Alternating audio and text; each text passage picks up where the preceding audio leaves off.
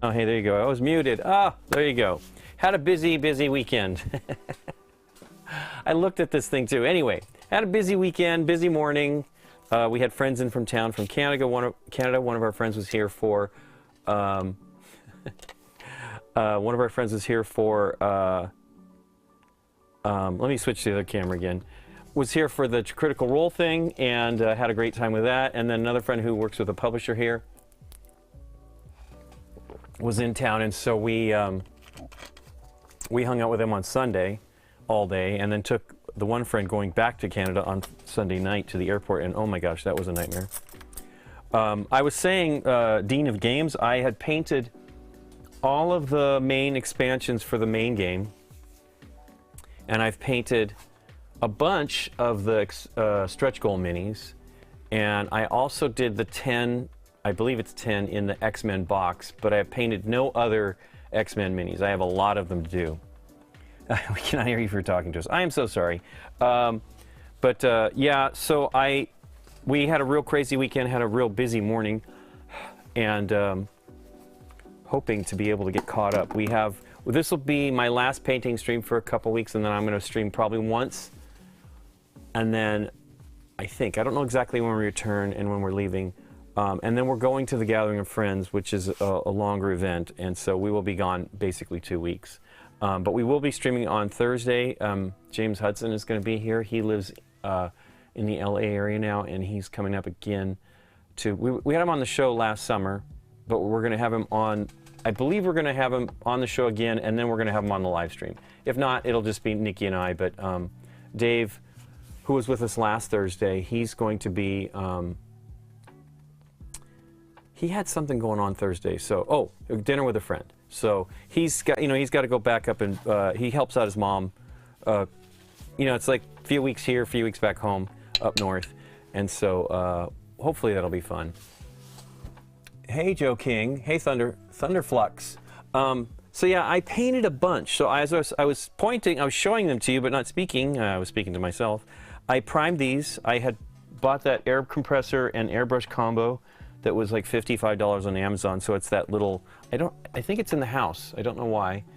I did charge it, that's probably what happened. So when I was done, I went and charged it on a better charger that did a quick charge for it. It went at least 60 minutes and still had battery. So I think that is pretty awesome. You know, I mean, I don't know that you can charge it and use the compressor at the same time. So I painted 6 minis, I primed 6 minis, but I also had primed a bunch of minis to do the paint stream last week, and which ended up getting canceled on Thursday because of Dave coming over, which was great to have Dave over. And then additionally, I was going to try to paint on the weekend, but I ended up just not having time. But I did get through a lot of miniatures. Let's see here. So I think I showed... let me zoom in on this. So this is Bullseye. He turned out pretty darn good. I really like his face. And it's fun. I mean, I did some bricks on this one, so there's a little bit more color than some of my bases. But it turned out fantastic. And I've varnished him and everything. I finished Nick Fury. I might have left off on him. I might have been working on him on the last stream. I can't remember for sure. So I finished him off. He looks great. Then I worked on, let's see. I also finished Kang the Conqueror, and he turned out pretty neat. So I did on this one, I did varnish the face. Hey David Lovejoy. Watch me paint while you don't paint. I did varnish the face before painting the stripes. And I will tell you, I mean, I've done a few things now that I've varnished before painting things that I just didn't want to have to deal with messing up the face. And it's not bad, but the thing is you really have to be careful because it actually is, you know, the varnish is protecting it. So it kind of can come off easily. So I was very delicately painting it. I see a hair on there. I was very delicately painting it, and it turned out pretty good. I think his face looks great.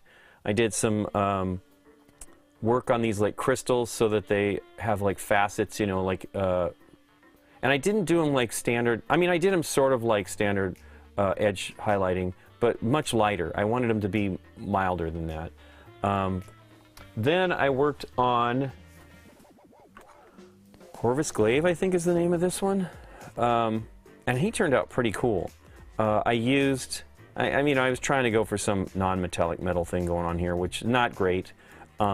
But I really like how his face turned out, and the cloak was pretty great, and the little blue edge, you know, on the clothing here is pretty good. You know, I mean, I'm trying to do it all with contrast paints and not so much white paints, but, you know, obviously the undercoating is white, you know, black, white, and gray. I did Rhino. He turned out pretty good. It had kind of a blue-gray thing to him, and on the you know, the is it focusing on the Big Child Creative, and he turned out cool. A little more blue than maybe I would have preferred, but it doesn't matter. It's very distinctive looking, kind of a blue-gray. And I worked on the horn quite a bit, you know, all of the little horn protrusions, and it does not look like the paint job they did. I went for more of a worn, kind of a natural look. I don't know if he truly has a rhino horn on his head that grew out of his skull. I painted Dormammu, and this is the one that I really spent the time on with the airbrush. Hey, Mom Gamer. Hey, Time Roller. Am I still on the face cam? Oh my gosh, guys. You guys, I'm having a rough day. Here we go. Let's get back to what I've been doing. I spent the first 20 minutes not showing you the stuff. I did work on Bullseye. Turned out pretty cool. Wow, I hit that button. So it's the one thing you have to worry about. I use a Stream Deck, and it has to be in the window that it's cutting to, and I thought I saw it go, but it did not. Anyway, sorry about that. Here's the Bullseye I worked on, and finished him off. He looks pretty good. I actually did the little bricks on the street, so it had a little bit of coloring. I worked on, finished off all of these because I varnished them and everything. I finished off Nick Fury Jr. and got him looking pretty great. I'm happy with his face. It has some weird mottling because of number one, it has like some damage to the head. I mean, you know, that's like injection molding thing or something like that. So it doesn't come out quite the way I would want it to. Hey, we got a raid. Hey, Duchess 1105. Well, I might as well wait. Hey, Duchess 105. Thanks for joining us, everybody. I'm showing off. I guess I should cut to the face again. And not forget to go back. I'm painting the Marvel United minis. I'm actually painting the Stretch Goals box stuff right now, and just showing what I finished. I actually got a bunch of stuff done in the last week. I did not stream on. I didn't stream at all last week painting, and so I was kind of bummed because I was very excited to show off what I'm showing off now. So let's get back to what I was working on. I did Rhino here. He's a little blue, which was what I was kind of. I just started airbrushing. Oh, awesome, Mom Gamer. I hope you're doing well with it. Priming is the best with it. So I use, I think, like Vallejo Monument Hobbies. Now, so I've used Vallejo primer, a small bottle of primer, a long time ago, and it was good, but I don't know how much airbrushing I did with it. But I have not used the Monument Hobbies Pro Acryl primer yet. I really like it, but when I'm airbrushing, I generally use this stuff here. Let me show you. I use this is an older bottle, a few years now, of Stynylrez. This is the Badger Airbrush Company's primer, and I'm not kidding. Let me see if I can see how much I've used. It's not a lot. I've maybe used a quarter of the bottle, maybe. And you know, this is a 16-ounce bottle, and I've primed hundreds of minis. It just goes a long way. If you thin it, which many people do, I don't. It's designed to spray right out of the bottle most of the time, depending on your air pressure. and it works fantastically. And I have all their, well, not all of them probably, they have some new colors now, but I have a bunch of their colors, because they have colored primers as well, and they're all pretty great. So I have them all put into little dropper bottles so that I can just quickly drop stuff into the airbrush. Mom Gamer, what did you end up buying for an airbrush? I have painted my, I don't use spray paint, Duchess. I use, I have a printer, 3D printer right next to me here, a resin printer, and I do some of that, but right now I'm working on the Marvel United stuff. I have a game, I'm painting stuff for a game called Gaslands. This is not one that I painted. This is one that our friend painted for Nikki and I. This is, hey, I'm climbing out of the car. Nikki is driving the car and using an axe, but this has some 3D printed stuff on it. And I've printed a bunch of 3D stuff. It's not sitting on the desk right now. Let me get myself back in the seat here. I'm just sitting there relaxing. I don't know. But yeah, our friend painted this for us. There's Nikki's blue hair and stuff like that. But yeah, I'm 3D printing those things, and I have 3D printed some other elements. I did this for, I have not finished it. Is this the one or the other one? One of these two. I painted this for Under Falling Skies. So this is, a friend of mine actually put this model together. Now you could see it's breaking here. This is because I don't think this was not the one. This one's in bad shape. So this is the first one I did. That one has too much raw resin inside. It did not drain properly. So yeah, I airbrushed and I 3D printed this and then airbrushed, and it still has some like layer issues, which I don't mind. It doesn't matter for this model, but I am concerned about some of that stuff. But this is a long, tall, kind of a tall little model. But I airbrushed it and painted some of the stuff on it. So I love doing the 3D printed stuff. I just haven't done as much of it as I would probably like to. I just have thousands of minis. Yeah, I've played Gaslands twice, and I would love to play it some more. We want to do it on the show. I mentioned it to Aaron. I don't think he'd ever heard of it, and he was instantly in. He's like, I'm in. So we haven't gotten to it because he wants to. Oh, you got an Iwata Eclipse. Nice job. Oh, thanks for, you like my silly jokes. Okay, well, thanks, Sarcasmo. Thank you so much, and thanks for watching us. But yeah, I'm trying to get through the Marvel United stuff because, first of all, it's just so gigantic and fun to paint. They're not necessarily too big, but when you compare them to what is supposed to be a larger mini in Games Workshop stuff, you can see this one here. It took me a long time to paint. This was, you know, I wasn't forever, but I think I painted it for the better part of a week in the evenings. And he's neat. He's got all kinds of great details. I can do the kind of heavy metal painting style. And I love doing it. It's just a lot of work. You know, these are like more showcasey pieces for me. All right. Thanks for the resubscription, Steph Straw. She is the most reliable. 34 weeks. Thank you so much, Steph. Subscriberversary. Well, we've been, we miss you, Steph. So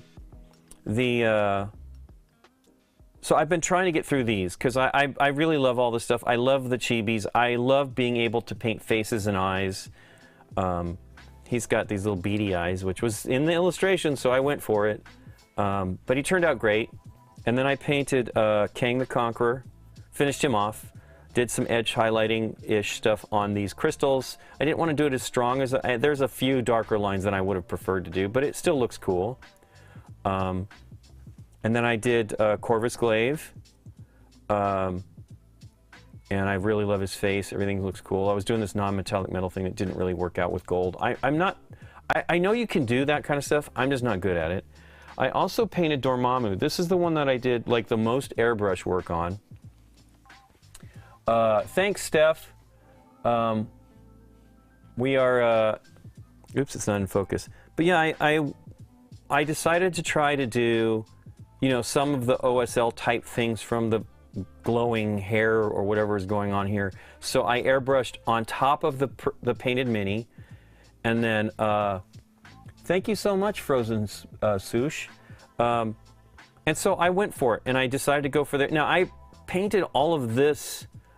These seem like they're attached to him. There's two back here, too. And I painted those by hand. But I decided to go for to do the like extreme parts of the hair or whatever with the airbrush.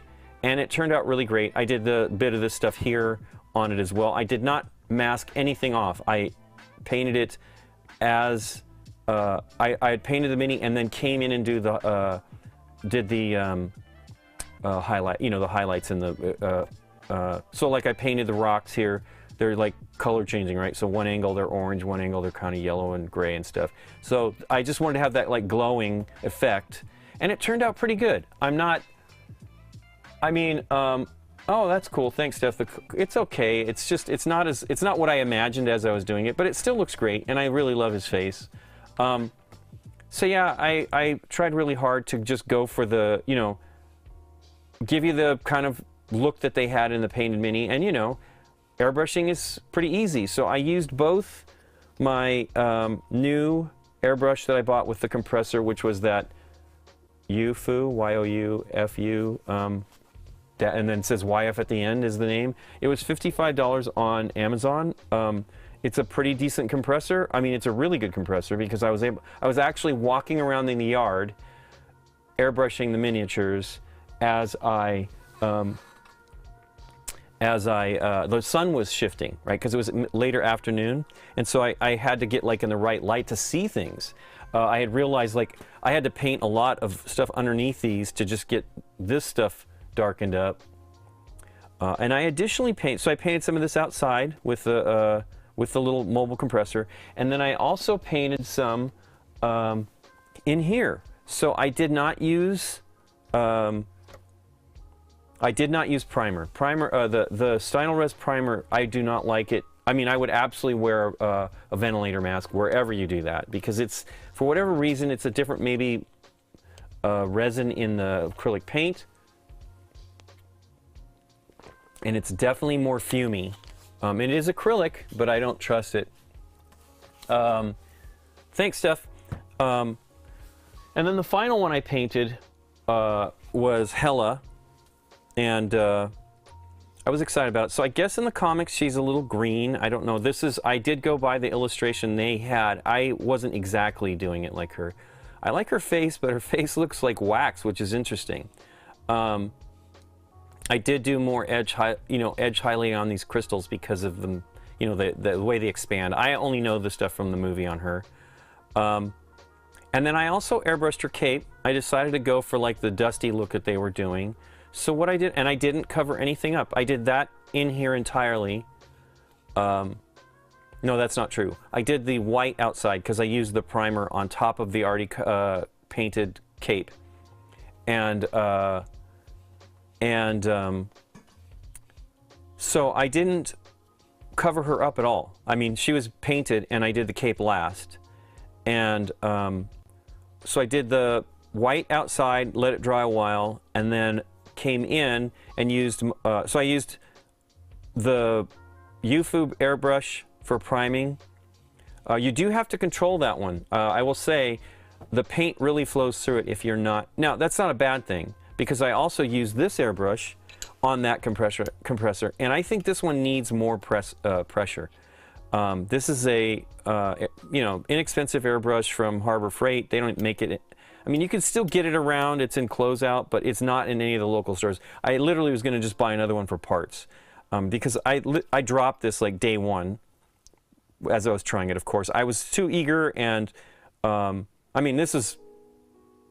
I don't know when I got this airbrush exactly, but I had at least 5 or 6 airbrushes when I bought this, but I wanted it specifically to prime. I wanted to be able to prime and move around and not worry about it too much. Of course, it's not a big deal that this is broken here, but it sucks. It's stupid. It does cause problems a little bit with the spray from the when you're airbrushing, but it's not a big deal. They do have a new compressor kit that is an, what is it called? Avanti, with a new airbrush that's more like the other ones I got recently. I do have a Iwata I did not use it this weekend. I had never taken it apart completely to clean it. You know, you can get by with a lot if you are very diligent. And so I had, let's see, is this it? I had, you know, done a very good job of cleaning it out while I was using it. So I actually figured out to take it apart. You know, you can unscrew this, and I saw the whole arrangement, and I think it's fantastic. Hey, Fear the Reaper. I really like this airbrush too. I think, wow. I'm now hearing something in. I'm hearing Siri. Why I'm hearing Siri, I don't know. That's weird. Anyway, so I guess they're trying to play Don't Fear the Reaper. I don't have any music in my Apple Music, so they wouldn't find that. Anyway, Fear the Reaper. I don't know how Siri got in there. Anyway, don't answer me anymore. The laptop. I really like this airbrush. It's great. It's expensive, sort of. Not really. It's kind of a high-end mid-range airbrush in the if you're lucky, $140 to $180 range. They don't give you any extras except in the kit I got. This was like one of the last times I got to go to Hobby Lobby because Nikki doesn't like me going there. She doesn't like going there, and I don't go without her anyway because there's no need to. But I think I got it for about $140 at the time, and I've had it for a few years. It's great. It's one of the easier ones to clean. You do have to take this off to get to the, I might as well show you. I think I took it off when I did it the last time I painted, because I discovered a bunch of stuff as far as like caring for all these things. But the important thing about this one is you want to be able to get inside the body of the nozzle. And some of these have a tiny little bit that looks exactly like this. Let's see if I can show it. But this is mounted to the body of the airbrush on many of these Chinese ones. This one, this is a standard cone nozzle like others, but then it has this other smaller nozzle on the end of it. This is easier to clean. I have not taken this part off yet, but this is not bad. This one actually can break down a lot of the way, and you can make sure you don't get too much paint behind the triggers. Wow, this is not good here. I need to pull the needle back. I've only cleaned this all the way now once, but what you do is I pull it back, then I put the rest of this on. But the great thing is you can take this one down pretty much to be able to get it really clean inside. You don't have to do it every time. I did use an ultrasonic cleaner the first time I used this. Well, no, not the first time. After a few times I use this, because you can generally go, it's like every fifth use, you pretty much should give it a good cleaning. I really like this airbrush. It's really great. It's definitely a pretty airbrush, but it is expensive. The airbrushes I have the most of, I have a lot of Badger airbrushes. The one I used this weekend that I really used to its, well, not necessarily this weekend, it was the previous weekend, that I had never really used in this manner is the Sotar. Many people talk about how great this airbrush is, and I will tell you now, it's a great airbrush. Hey, I'm sorry, it says Villanimo there, boo. That game's on Villamino. We filmed that this weekend. First episode, it might be this week. Hey, thanks for the follow, Tiny Clans. These Sotar airbrushes can be expensive as well. They're probably in the same range as the Iwata Eclipse. This is a great airbrush, though. This is the smallest they have. It's not. There are smaller airbrushes. I think this is a 0.2. No, I don't know what this is for sure. They don't. Their system is the color of the needle end tells you what size it is, and I just never remember. But it is very small. It has a similar kind of cone, not similar, but interesting. Like let's get it in focus if I'm going to do it here. It has, so this is just like my old airbrush. My very first airbrush is a Badger 150. All of this seems very similar. The trigger, the assembly, all this stuff. This cutaway stuff is a more modern thing. But this whole end here is exactly like my other airbrush. But what this one does, This is a little smaller than my other airbrush, but this tiny nozzle does not screw in. This little tiny nozzle here comes out. So it's a very tiny version of like one of those brass ones. Then the one in the Iwata had this tiny cone on top of it. This one is fantastic. It's not that hard to clean, but oh my goodness, is it tiny. So you gotta be a pretty decent and aware user of one of these things to know exactly what you should do. This also uses Teflon needle bearings, which is great. And this is a Teflon washer. So these are very durable. You can clean them with anything, so you can use solvents. That's one of the concerns about some of the Chinese ones, I guess. I only use acrylics, so for the most part, I do have some oil paint stuff, but I don't use it. Wrong tool. But yeah, you have to put this back in very carefully, and it basically, you can't crunch it, right? I mean, I'm sure it's relatively durable, but it seems to me like it's going to be easy to lose, as you can see here now. I can't really, I mean, I'm pretty good with small stuff, and boy, it's hard. So, but it is an amazing airbrush. Like, it was super smooth. The details were fantastic. So I used this on the white, and I went a little crazy with the priming of the miniatures on that. And I did it on some of this stuff too. I went a little crazy focusing on the faces and stuff, because I wanted to get some bright stuff so their faces look pretty good. And I was able to, with this airbrush, to get in there and not do too much to the surrounding stuff. So, you know, again, of course, these are not masked at all. I just prime it as it is. I did figure out, I had mentioned before that I thought I was stripping my airbrush with this quick connect stuff. The Grex one absolutely does strip. It cross threads. It's not machined correctly. I don't know what they're using. It doesn't match. This is a Badger branded quick connect one that I purchased from Coast Airbrush Supplies or something like that, and it threads perfectly fine. So I can't use any of the, unless, I mean, I can't. I can, as long as I don't over tighten it maybe, but it's really weird that they're not correct. So if you buy Badger, don't buy Grex's, any of their hardware, because I actually purchased, I think after I streamed, all the stuff showed up last time I streamed.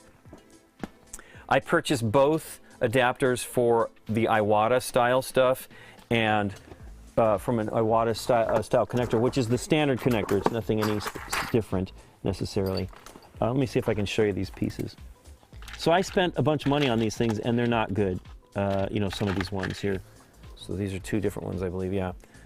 So I think, goodness, I don't know which is which, but we'll find out, because I'll try to put on one of these airbrushes and we'll see what happens. They don't go on. So I thought I had stripped it myself when I was putting it on. I'm like, oh my goodness, what did I do? Did I cross thread it? Well, it really turns out that there is a problem. And so let's get my oldest airbrush here. If I'm going to destroy one of those, let's do that one. Yeah, this is my oldest airbrush. My parents gave this to me when I was maybe a preteen. I was pretty young. But you can see the threading is not right. Like, it has had some problems. So one of these, I'm imagining this is the Badger one. This is the Iwata Badger one. Yeah, that feels right. So then this, adjust this. That's the problem with Badger. They use a custom size. But then this makes it, this adapter makes it the same size for all the hoses. I mean, most every brand hose is exactly like this. The only other one that's different is another American airbrush called Pache. They have another size. Let's see, I believe this other one is the Grex one, although I would not have guessed that. So what you do is you go backwards until you feel it pop, then you go in. Actually, this seems fine. What's the deal here? One of these two was not great. Of course, I didn't use this airbrush. This airbrush is a little stripped, but maybe that's better. But I will show you this. I'm really bummed. I really want to paint here. I'm sorry. So yeah, here's the one. Here's the Grex connector. Really nice looking. So yeah, I imagine that this is the Grex one because it looks like it has the same kind of rubber gasket inside or similar inside there. The Badger, this I believe is Badger. They use cork, and cork's cool. and they use cork on the other little ones too, the one on here. So you can see this one is cross-threaded. This is what you need if you buy Badger. So I will say I love the Badger stuff. I've used it forever. I'm not a fan really of this connector type because it's just not common. And so you have to pay more to just buy parts for it. They make their own, but this is like $8, a little high. If you go with the other style airbrushes like the Iwata or even these, I mean, all of the Chinese ones sort of are correct. I did have some problems with some of the gear they gave me. I mean, I can show you. Pull out all this crazy stuff. So they had some issues too. So I only have one of these. This one came with another Chinese airbrush I purchased this year, I believe, maybe end of last year. I would not put this on this airbrush because of this siphon feed cup, but it's okay on this one. One of these, actually the one that was the airbrush, I feel like it was the airbrush I bought this with, but it can't be. This is the one it came with. Let's see if it goes on here, no problem. Yeah, it's perfectly fine. Maybe it's this other one then. So the other one that I got with the compressor, which is a nice airbrush. I mean, it's low cost, obviously. It's included in the $55 compressor kit, right? It's a nice airbrush, but it's not, yeah, see, this one has some problems threading on this. And that could be a plating problem, I don't know, but it works. But like I had to force it, I'm still having to force it. It does not easily, and look, it's pulling off the connector here. You know, this is the trigger, this is the trigger that releases the air, so yeah, it sucks. Chibi Galactus, yeah, me too. I can't wait to see that. Let's see, what else? Hey, my phone went off, darn it. I have two chats going because we have everybody on the, we have YouTube going as well, which is great. Ah, shucks. Didn't see the chat. I don't know why this phone goes away with it here. Let me see the chat, I don't know. Let me close this.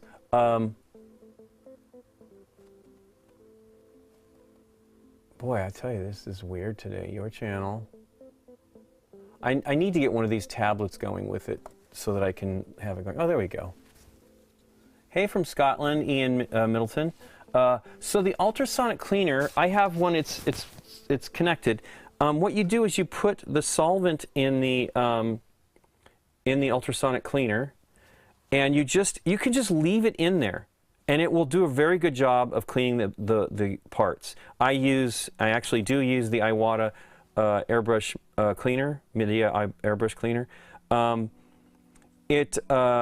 I have this plus I got this with this airbrush actually. This came in the kit that I got. So it gave me 3 paints, this, some airbrush oil, which you do need, and some other, maybe a couple other things, but no hose.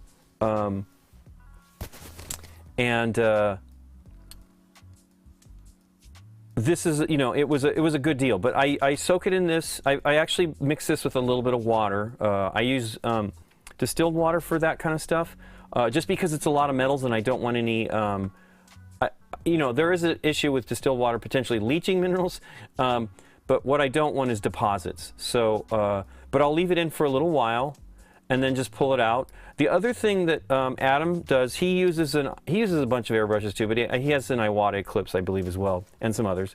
Adam Smasher from Tabletop Minions, he just leaves his in a cup of water. So I actually brought out a ramekin I mean, we have like a jillion of these. This is like a melamine ramekin, and I just leave it in there with the liquid. If you have this protector, you don't have to worry about the needle, right? That if you just keep it wet all the time, he cleans it out, but that's all he does. And that's a valid thing. I just don't have, number one, I don't want the water evaporating, which it will very quickly here in Southern California, because no matter what, there's probably going to be some sort of sediment, and you just don't want that on your parts, on your airbrush. And so, But yeah, I think it's great. If you use those types of airbrushes, I mean, like I said, this one has Teflon bearings, so this one could be soaked, in my opinion, in alcohol if you're doing, solvents.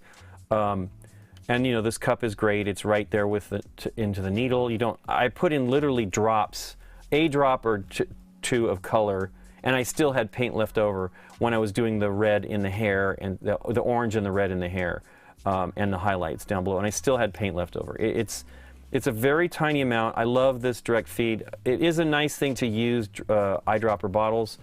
I was using, I did use the contrast paints, and those don't have eyedroppers. You can decant these. I just haven't done that yet. I don't want to either, because I bought these bottles. These are old GW Citadel paints that I decanted. This one's almost, well, it's still wet. This is a very old warp lock purple, which I am loath to get rid of. It's still got some paint in there. But I've even decanted some more recent ones, the Retributor Armor. The problem is these bottles are not the same size as, here's one right here. You'd think they look pretty close, but they are absolutely not the same size, so it does not fit in the paint racks.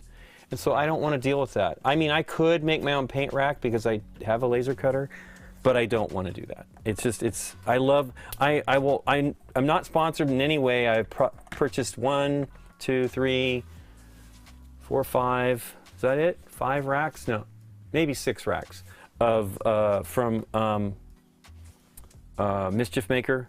He's on Etsy. Fantastic stuff. Not expensive. I've shown them before. They're nesting. Let me go out a little bit. I have one here. I don't know that I have all the nested stuff in here, but I can show you a bigger one. So I'll show you right here, this one. I did pull out this one actually nests so that you have the stuff here. It has paintbrush holders and stuff like that, but you can put 2 smaller racks in here. Actually, it's these right here. Which is great. So you can store stuff deep, way deep in there. Actually, that's why this is not inside here. These don't fit. So this is designed for these bottles, but somehow the height is not correct. So yeah, I have these off to the side, but on the other ones I have, they work perfectly fine. But for whatever reason, the Vallejo is not fitting in here. But yeah, I love it because they nest in and they're small. Now this I just recently put together. This one is a little more delicate. There's a couple broken pieces that I glued. Trying to wedge this stuff together. This part really got broken here. It's fine now, but I'm not going to beat it up, but sure was hard to get it together. So it is MDF. It's not as great as if you were to buy one from, let's say, Broken Token. They use plywood, and plywood's more durable. But I really like the thing is I really like this guy's a little small guy. I mean, I don't know. He may be getting big now, but he's on Etsy. Mischief Maker, and he has sales during the holidays all the time, and I think it's free shipping at $50 and stuff like that. So I really recommend his stuff. It's a great deal, and it's really nice. Anyway, so I finished up Hella. I think she's the last one I did. I feel her face, it looks waxy or porcelain, but it's cool. I really liked how she turned out. Really neat. Anyway, let's get to what I was going to do today. Let me put all these minis back. I'm paranoid because I still use acrylic. I still use enamel, alcohol sometimes around the acrylics, and boy, oh boy, that will tear your paint right off. So do not get alcohol near your minis. But I'm really happy. I got let's see, 1, 2, 3, 4, 5, 6, 7 minis or something like that painted in couple days, not all day long, couple days of painting for an hour or two, a couple hours. So I was thinking I'd paint Elektra. I never saw the movie. Maybe I saw a part of it or something back in the day, but I don't remember it. Where Jennifer Gardner played Elektra. I believe that is Elektra that I'm looking at. Put these things, a few of these things back. I got airbrushes laying all over the place. I really like the Badger airbrushes. It is just the hose thing. Now, if you don't mix up between airbrushes, like brands, then you could just buy Badger and it's perfectly fine. They have decent hoses. There are some other manufacturers, I think, of hoses, but you can always just buy a standard hose and put one of these into the hose, and then you would, excuse me, one of these too, and then you can just screw it on. It's perfectly fine. It's just frustrating. Like, you want it to be the same, so it's just easier. And because I'm so entrenched in the Badger's ecosystem, I literally have, I don't know how many airbrushes, a bunch of their stuff. Because my parents got me into it in the time, and there wasn't a lot of choices back then. I don't remember Iwata when I was younger. I definitely remember Pache. I think they were more expensive at the time. My parents were great. They would buy me all of these things, but they, you know, and it was expensive. My mom has bought me everything except for my airbrushes, everything except for one of my compressors as far as compressors go. They bought me my first one that was an okay compressor, and I think it went for a while. I don't remember when it died, but I can't remember what happened on it because I know I got the one my mom gave me, a nicer one. And their Iwata compressors are great. They're made by Sparmax, but from what I've heard, and that's great. But they are a little expensive. Sparmax is much cheaper. And then recently, I mean, I'm not buying another compressor. I bought that little $55 one because I wanted to show it. But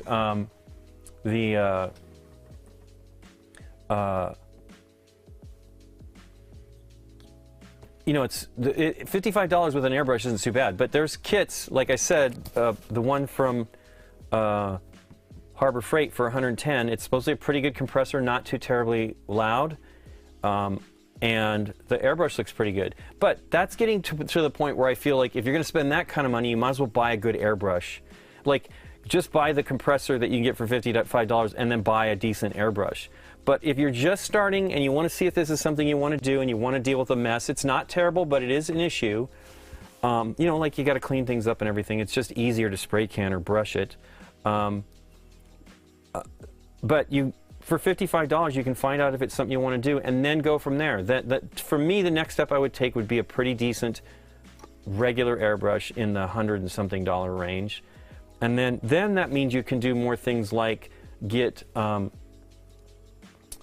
know, more details, like actually painting color directly, like sort of like what I did. I used that Badger Sotar 2020 directly on the Mini. No masking at all. And it really, I mean, Hella especially, right? There's no paint on her. I wanted a tiny bit of like dustiness, but I didn't even really get any on her feet or legs. It was amazing how controlled it was using the Sotar. I would not use probably I might use that one airbrush I have, the one that I just bought the kit. It's Neo, what is it called? Let's get, opening it up again. It was $40. It was $40 for kit. That included 3 needle sizes.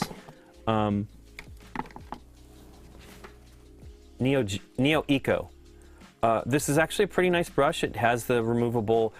I'll tell you what's. So, let's just go between the 2 cheapest airbrushes I have besides the Badger, besides the Harbor Freight. Actually, we can talk all about all three of them. So this one is a suction. Suction is pretty great if you're trying to paint a lot. Like if you're going to prime a bunch of stuff, or you might be priming terrain. Although I would say maybe priming large amounts of terrain, you probably should use spray cans. Even though I'm not a big fan of spray cans, just because they're kind of messy and sort of wasteful. I mean, I've primed minis with rattle cans. That you can do it. It's just I feel you get more control and you use a lot less materials. Like I said, I barely used any of that black bottle and I have primer, and I have hundreds, at least 150 minis or more primed with that paint. This one's cool though. There's a bottle that you can attach. It comes with a bottle. What was the one that I had though? Oh, okay, yeah, I'll tell you in a second. So I'm actually using the Badger cup that I have, because the one that came with it, its connection point is higher up in the cup. I don't understand what they were doing. I don't even think I've ever used it. I'm just like, well, it's never going to pull all the paint out of there. But siphon's okay. You definitely can spill it, as my pants and shoes can attest when I've used this airbrush. It is a problem. You kind of need to have a cover. They don't give you one. You could 3D print one. But I feel you should, because you know, I'm not really super delicate. I mean, I'm doing a lot of movement with my airbrush. But this was a good airbrush. It was $20 with a coupon. Actually, $17 with a coupon. This one here was $40. It included this plus a bunch of additional needles and nozzles. So it had a 0.5, 0.3, and a 0.2. 0.2 is pretty small. I don't know how good it is as a small one.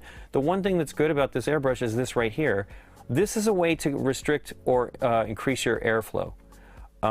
If you don't have a regulator on your compressor, this is great. It works. I've used it. It works pretty darn good. It's a nice airbrush. It's especially if you're just going to prime, and it has that 0.2, so you could probably do some detail. I don't know what you need lower air pressure when you're going to do details, and that's the nice thing about using that little rechargeable compressor, and then this to lower your pressure. The one that came with the compressor does not have that though. So this was $55 in total with the compressor. The compressor gives you the hose, the compressor, and the airbrush, and maybe a few other things. Definitely a wrench for the nozzle. You need a wrench for these nozzles, the little tiny ones, to pull these off.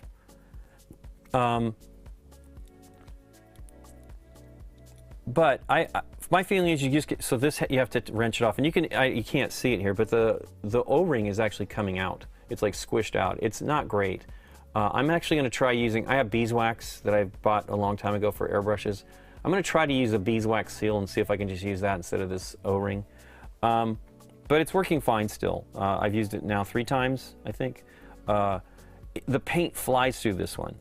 You don't see the cup on either of these. These are both siphon, gravity feed, and they, it's easier to clean. It's one of the things I don't like about the Iwata. You can't pull the cup off, but it's got a wide mouth in there and you can easily clean out. So in some ways it's probably better than this. But the nice thing is I can change this out. They give you these plastic bottles that are like this big. So you could spray a lot of stuff with one of these and their bottles. So it's basically counters my argument about what's good with these airbrushes. I mean, I have years of using gravity suction airbrushes, and I'm used to them. Some of the more modern ones of the Badger that has a either side feed or siphon feed. Side feed means it comes in on the side instead of the bottom or the top. They come with covers, so that's pretty great. As a matter of fact, I should try to see if, no, I don't think those covers will work. But you know, I feel if you're going to paint a lot of minis, airbrush priming is great. You can absolutely paint them black. You can use that Badger primer I showed you to paint it black with a paintbrush, and then use a makeup brush to do the xenathol highlighting with doing it as a dry brush. I've used this quite a few times now, and it barely has any paint on it. Costs $5 or $4.50 or something like that on Amazon. This is Elf Ultimate Blending. Terry Latorco was the one that kind of told me about these. She did tell me about these. And they work pretty darn great. You can do a very nice job. It's a different look than airbrushed or spray can. Spray can is more larger particles and they can build up.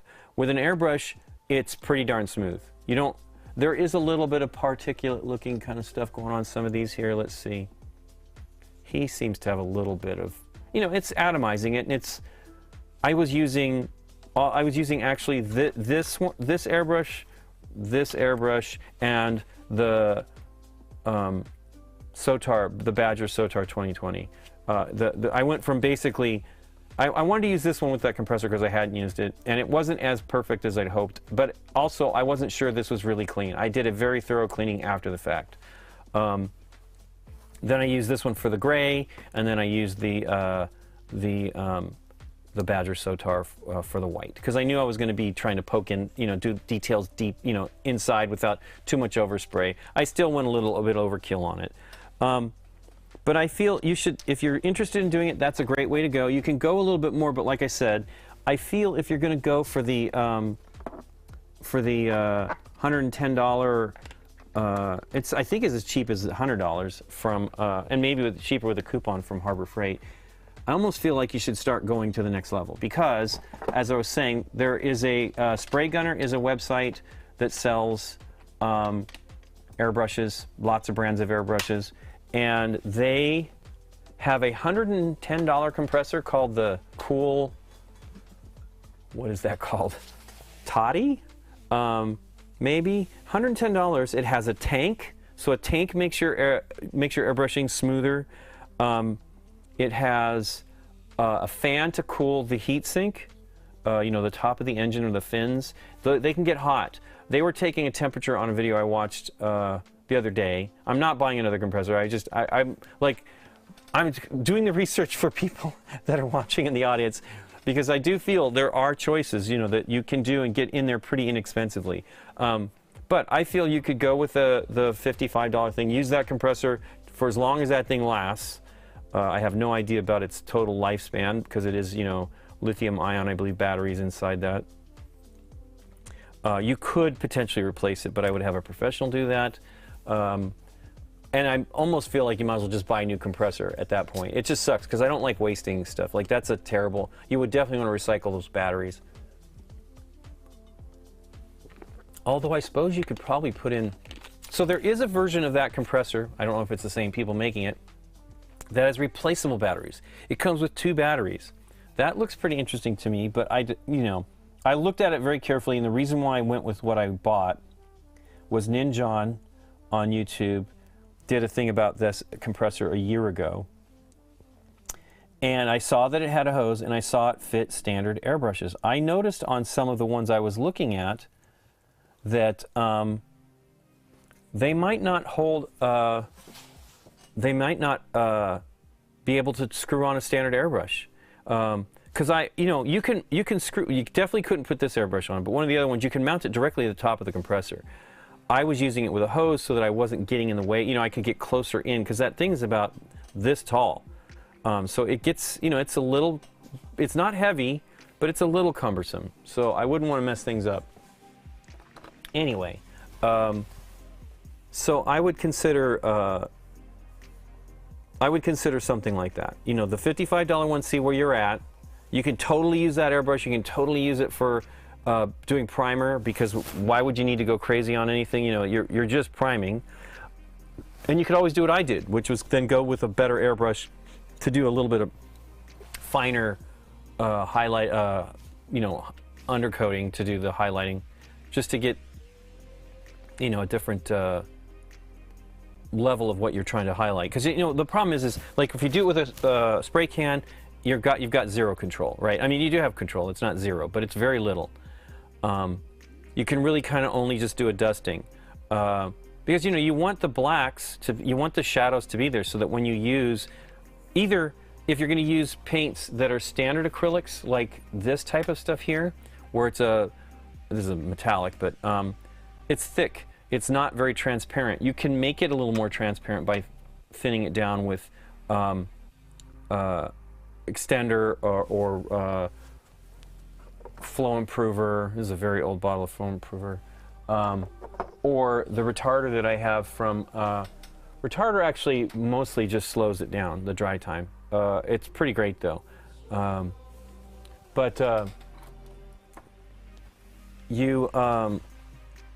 You get way more control with the airbrushes, but you actually do pretty great if you just do it if you're going to hand brush it all. So it's not a bad option to just to see if you want to paint in general, to start by just priming it by black with a paintbrush, then using the makeup brush that costs $5 to do the xenathol highlighting. You start on the mini, and you pull down. So the way it works is you get a tiny bit of paint on the end of the brush, and then you wipe it on a towel till there's like no paint left, and then you start to brush it on. And I mean, it's got to be like no paint. You think there's nothing left, but then you start to brush it on the miniature, and lo and behold, it'll start highlighting, and you can focus and bring it in, focusing on the top.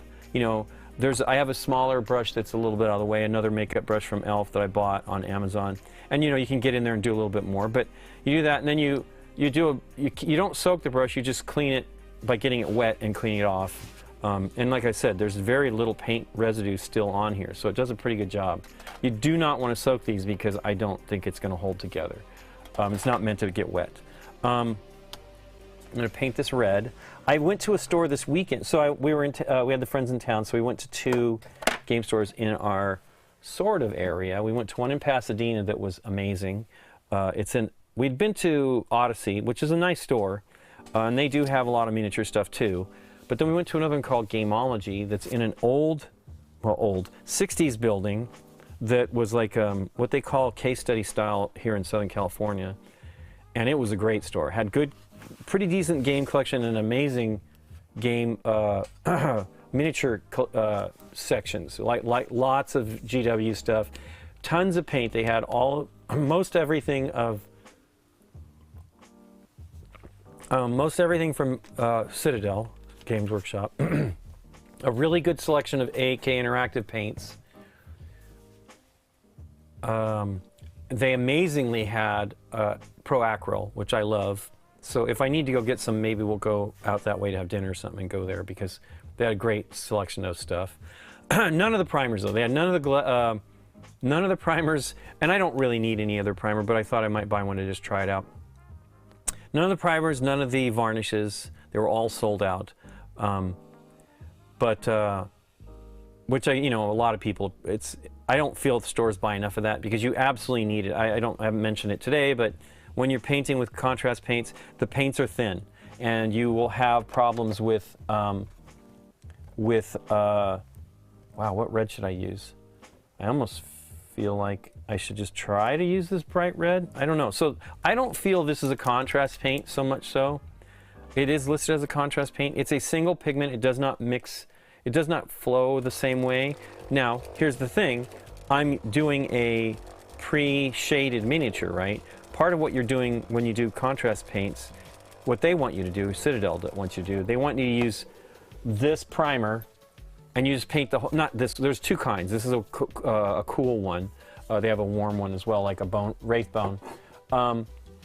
And they want you to paint it entirely white, and then you put the contrast paints over it, and the shading happens from the paint.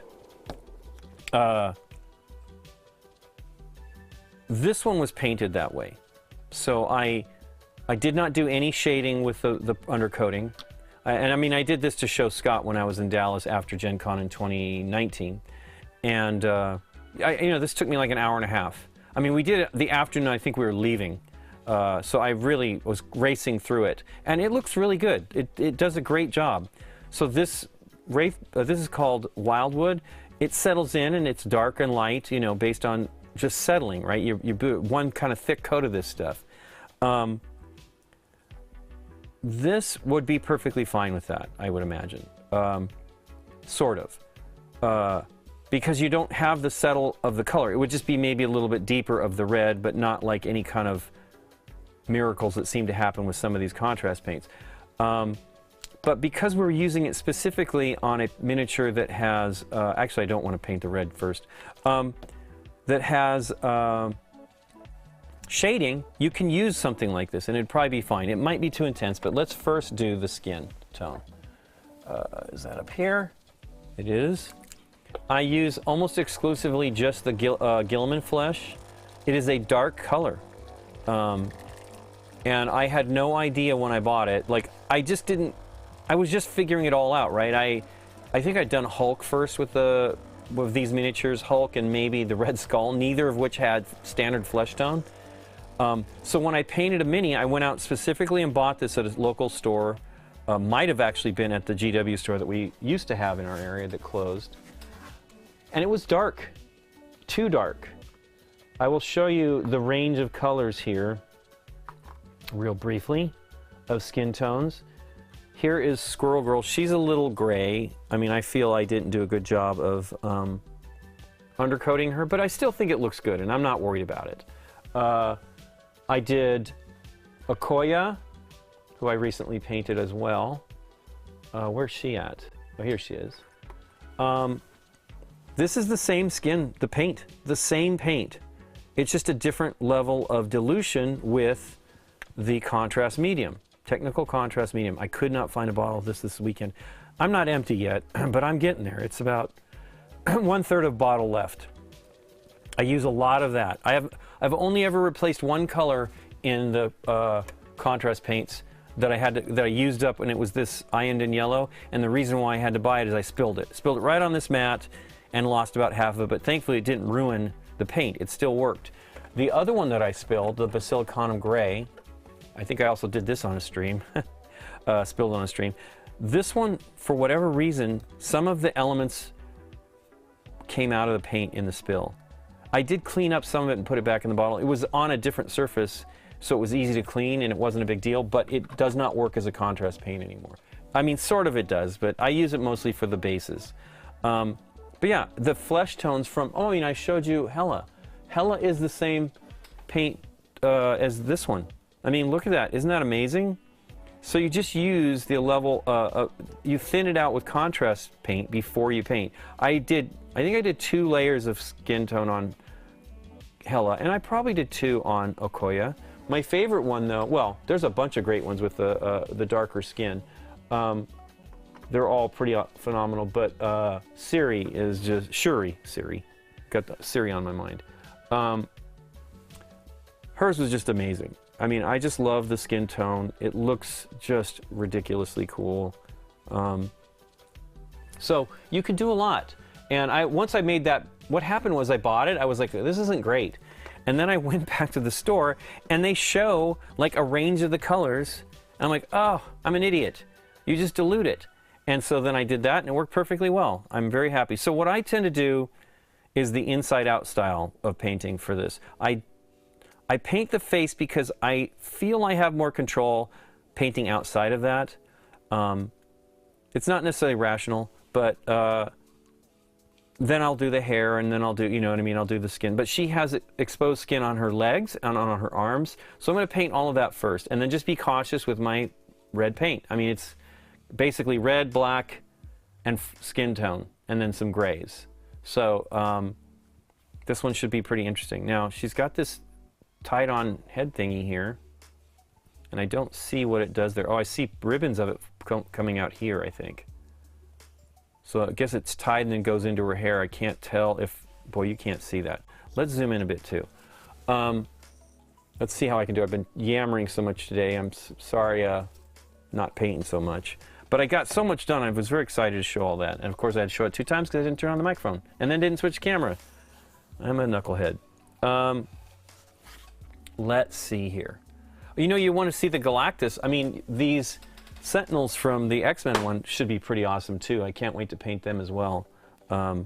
This was one I actually had to fix because it had gotten broken in shipping. The arm snapped off. And I pinned it and glued it. Glued it and pinned it. Pinned it and glued it because you have to actually drill out the... I used... wow, I'm knocking down these paints. I used paper clips. I straightened out a paper clip, cut it and poked it in there and put a bunch of glue on it. So let's get some... I use a wet palette. I use a wet palette with the Citadel paints, even though I don't generally thin the Citadel paints with anything except the contrast medium, but you have to, if you're going to use a wet palette, you are using water. I don't worry about distilled water for paints, at least for what I'm doing, because I'm putting it on a wet palette that has so many other chemicals, like things going on, right? If I were just painting it and thinning it in like on a standard hard palette, then I might consider doing that, but I've never had any problems. I know a lot of people recommend that you do use distilled water, and distilled water is sometimes hard to track down. Actually, it's not really. If you go to Target, you can generally find it. But we went with Scott. We were looking for it when we were in Dallas this last year, and we looked all over the place. I'm like, let's just go to Target. And we finally went to Target, and there was a lot. But he had bought some at the local drugstore, like bought a gallon of it, and they had tons of it. So he was like confident we would find it. But we went to all these darned... oh, there's the ribbon right there going there. Interesting. Okay, so I think the ribbon of her hair will go along here, and then this is this one here, and it goes underneath her hair. I don't know if you can see any of that. That's the one downer about the first series. The stuff that they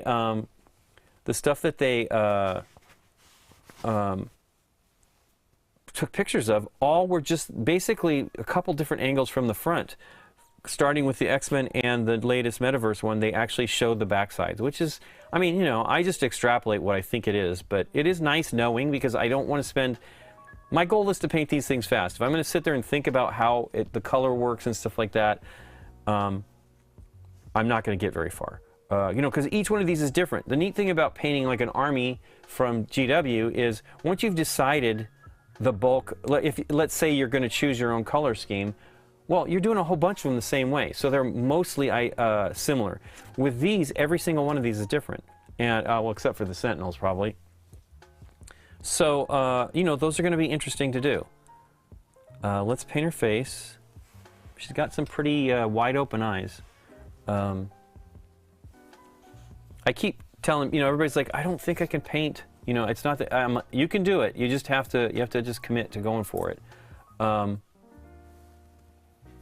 Let's see here. So I use the back of my brush when I'm pulling paint out of a bottle almost exclusively, unless I'm painting directly from the pot, obviously. I don't like getting too much paint in the bristles. And so this is a wet palette. This isn't actually, they call this a membrane in this kit. This is a red grass wet palette. I have a bunch of different wet palettes. I have one from, what is it called? Matheson, maybe? Can't remember. I do have Masterson, and I have a Rinsewell bottle, you know, brush rinser that has an inverted bottle on it and a little pool of water and a little button that you push to just drain the water. Masterson makes some nice stuff. Their airbrush, their water palette, their wet palette is not bad, but I wanted to go with one of these because this actually is pretty amazing. The seal on this is really strong. This is the smaller of the two newer ones that they did. This is the 2.0 or whatever, red grass ones. I backed it on Kickstarter. They give you a thing called a membrane, which is literally just paper, but you're supposed to use one side of it, and they're reusable. So you can. I rinsed it off just the last time. Generally what they want you to do is you rinse it off, let it dry, and then put it back in a wet palette. I didn't do that the last time. I just wiped the paper off, and then rinsed the paper off, and then stuck it back on. And I did not, if you can see here, I did not clean the black that I was using to paint all the edges of the miniatures the weekend before last. And generally I clean this off. What happens is the desk isn't perfectly level, and it just the way it's sitting on my desk, it drifts to the right, and it gets into the water and stuff, and I don't want color in the water. But yeah, I just pull the paint out of the bottle with the back end of the brush. It's the best way to not get paint in the bristles. And I just do little droplets of it. You don't need particularly with doing the face, because I thin it out so much for the lighter skin tone that you don't really have to go that crazy. Let us get that. So yeah, I don't need it yet. I still have one other bottle of technical contrast medium, but I like to have one on hand. So that when I get the next one going, I'll start looking more seriously about it. But nobody had it. We didn't go to Odyssey. Went to Gameology and Geeky Tees. And Geeky Tees in Burbank, and they're great. And their stock is generally pretty wonderful. They have lots of... I don't know that they have the... Oh, I was saying, they did have the speed paints, the Army Painter speed paints. And I almost bought some, but I really decided I shouldn't. I will wait till they have a new formulation coming out. And when I need more paints, because I have too much. I literally bought that other one that I was showing you, the Army Painter / Vallejo paint rack, specifically because I was going to go for it and buy a bunch of the Army Painter and the Vallejo. So it's Army Painter speed paints and Vallejo express paints. I have not seen the express paints at all. And then I finally saw the Army Paint, like a good collection of the Army Painter. I was looking at the stuff, and I'm like, well, they only have the kits of the speed paints, and then I looked at the rack more carefully, and right in the middle of the rack was this big section of all the colors. They did not have everything, but they had most of the colors. But I thought, well, I'll just wait. But I do want to try them. I wanted to try them since they introduced them, but I just haven't had the chance. Playing Life's SP, thanks for the follow. I'm getting ready to paint Elektra. I've just thinned out the paint. I do like the membrane. It does seem to do a pretty good job. I've always used vellum previously, or baking parchment, I think it is, but it's really like a vellum. They have, Costco has like a big batch of it, you know, box of it that's not got any silicone spray in it or finish. You can't do that because it won't work. This brush is getting tired. I didn't mean to actually use it. So I've been buying these inexpensive brushes on eBay and Amazon from Royal and Langnickel. They end up being about 20, let's just say 29 cents on average per brush.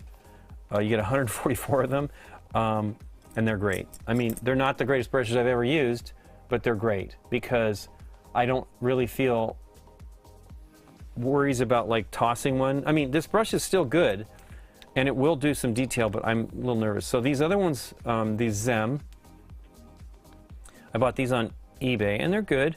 They're very good, really good, but they are a little more expensive, and I can't easily find the sizes. They have them on Amazon as well. The ones I really like are these silver white.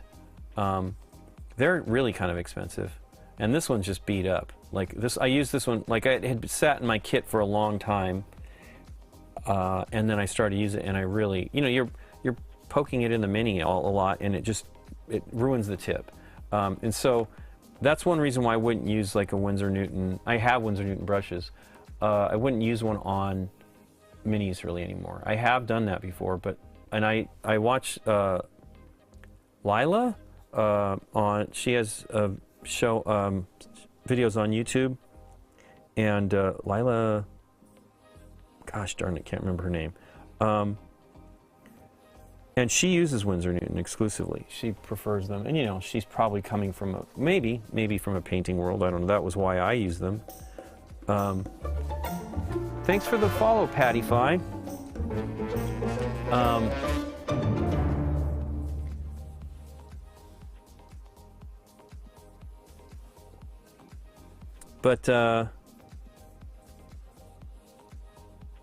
These inexpensive brushes are great, and they do a good job. This one is not so great of a point. Now, I just pulled it out and didn't work on it much. So as you can see, it's not a lot of color. So I'll do a couple layers of this. I probably didn't need to thin it so much. I think Elektra is supposed to be Greek, so I'm Greek, of darker olive skin tone.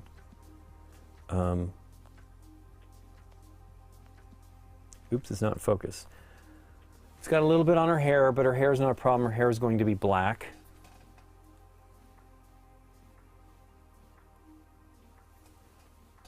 I'm going to use a smaller brush.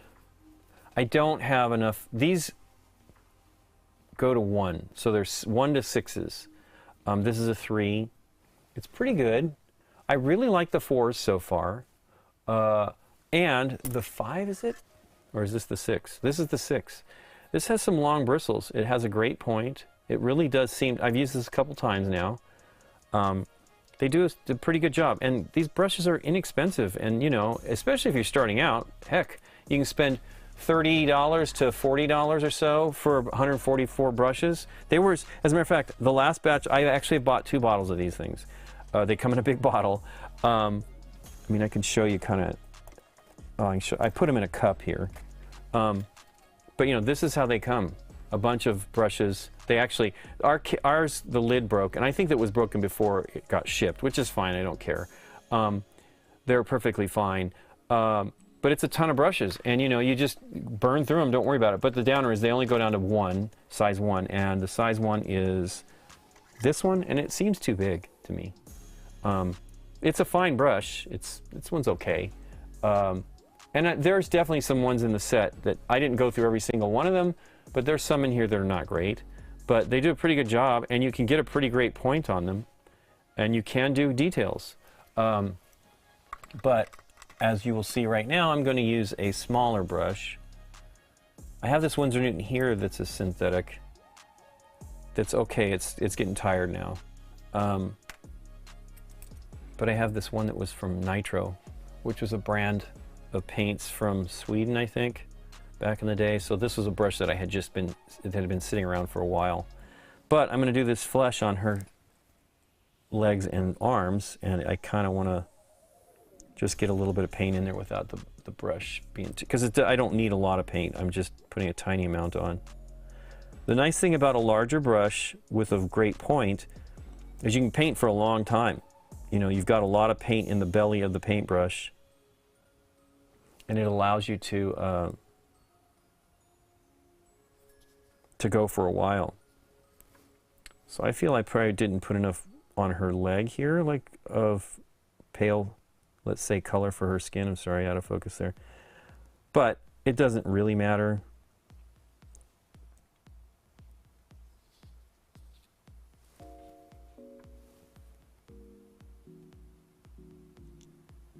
You don't even really need to worry about like these areas that I'm painting right now, because it's going to all, you're not seeing it. I have one here that I painted. Oh, I guess I can show you. I think it was this one. You can see lots of red underneath here. I did not do a good job priming this one. But when you turn it the right way, you see, well, there's a little bit of red right there that I didn't know. Oh, no, that's a piece of foam. You don't even see it. Like, you have to turn it upside down to see it. So I didn't worry about it. Now, I didn't notice some of this until after I was done. I noticed this. I don't know what I was doing. I wasn't turning it upside down enough. But I did work on the last batch more. So I use a paint handle, paint stick from GW. I don't have the one in here. I actually have two of them now because I bought another one this weekend. The new style one that has a rotating platform. It looks like it'll be pretty good. The other one is fantastic, the one I've been using now for a couple years. Some people think they're not worth it. I love it because I don't have to, you do have to use rubber bands, so you get this stuff right here, where the rubber band was protecting it as I was airbrushing it. But I love it because it does a very good job, and I can paint 5. I bought the second one because I thought, you know what, I can just paint more when I'm doing it. I can paint 6 instead of, excuse me, probably 8 to 10 or 12, depending on the size of the minis. I mean, you could do more probably with GW, smaller ones, but if you're going to do a good job of trying to get if you're doing xenathol highlighting, because if you're just doing it with black and you're going to brush paint, you can always just touch up with the paintbrush after, and I've done that many times afterwards, and it will be perfectly fine. Boy, I missed her hand. I was trying to put a little bit more white with that one airbrush, the Sotar 2020, just to make the hands look a little brighter. I feel I end up making them a little too dark. I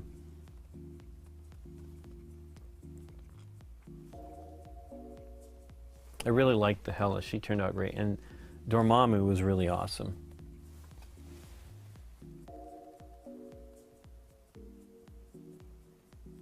What do I think makes those so good? What do you? I'm sorry, I missed it, Steph.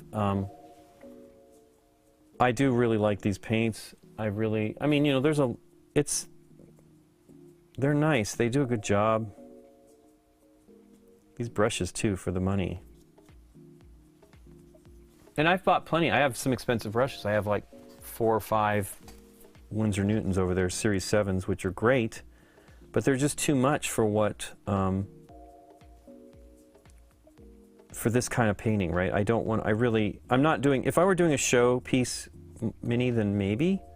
I know that I was kind of vindicated by, not really, by Sam Lenz, one of Adam Smasher's friends, who is a award-winning painter, and he uses the very inexpensive brushes, like 5 packs from places like Hobby Lobby and Michael's.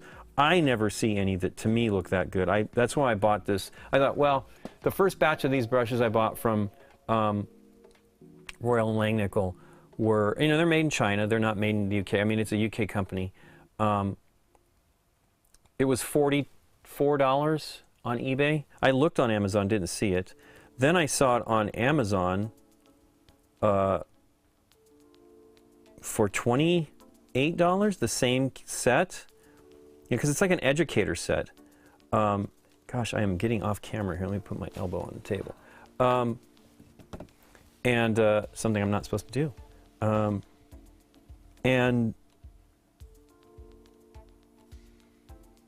You know, $28 is pretty great. Then I saw them on Amazon, on eBay again for $25. And I was saying at the time, I was like, I almost bought them and I decided not to because I'm like, really, do I need all those? But I really want to make it so that I'm not afraid to just, you know, repurpose them for something else. You can use them as a dry brush. You can use them. I use some of these to paint. I actually am using the silver ones now, the Zems, I mean, to varnish because varnish is terrible. Like you really have to clean your brushes and you have to be on it because it really coats the brushes and you can ruin plenty of brushes that way. Let's let that dry. I really need a lot more tone on her face. The hands and stuff are doing okay. They're going to still need more coats. I'm going to probably put just a tiny bit more of the brown of the Gilman flesh in that. I probably want one drop of, oh no, that's too much of that. I should have used the other thing. One drop of this contrast paint, the contrast medium too far. It's okay. Let's see, we'll put a little bit on here to see what we get. You don't want to paint over a surface that you've painted until it's dry because it has like a gel thing that it does.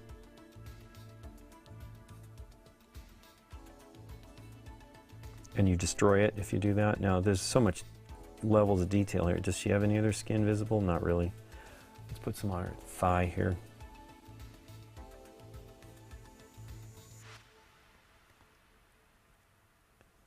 And if you let it dry, you'll be surprised it actually does a pretty good job of leveling out. The point is it's supposed to settle into cracks and to the varying textures. That's why you put a large single coat on them. Let's put on some red, even though I generally try to work a little bit less that way. You know, I'd want to be done with the face before I do that. But I'm feeling bold today. So I'm going to use that one red. I've never done this red as a straight red. The photo has a lot of red. She also has like eyeshadow and things like that, which is kind of cool, and bright red lips. So I might just use the same paint for the lips. I was not 100% satisfied with Hella's skin color that I did for her lips. She looks kind of Barbie-like to me, but it's fine. I was having a heck of a time with it. Usually, I'm actually not too bad on the face. I mean, these faces are gigantic, so it's not that hard. I'm not that bad, but whenever I paint them on a stream, oh my gosh, I just have the tons of troubles. So I'm going to just use this out of the bottle. Let's see how this goes. Because I want it to be bright red. I definitely want it to be bright red. Generally, I would even thin this out a little bit. Let's just use the 3 and see how that goes.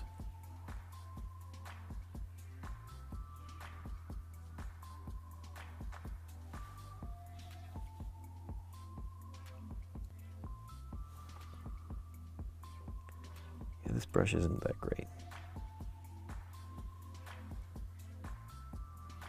It does a pretty good job though. So far the 4s have been my favorite of them, but they all work. I just do wish I had more double aughts. Aughts are zeros, so 0 or double zeros.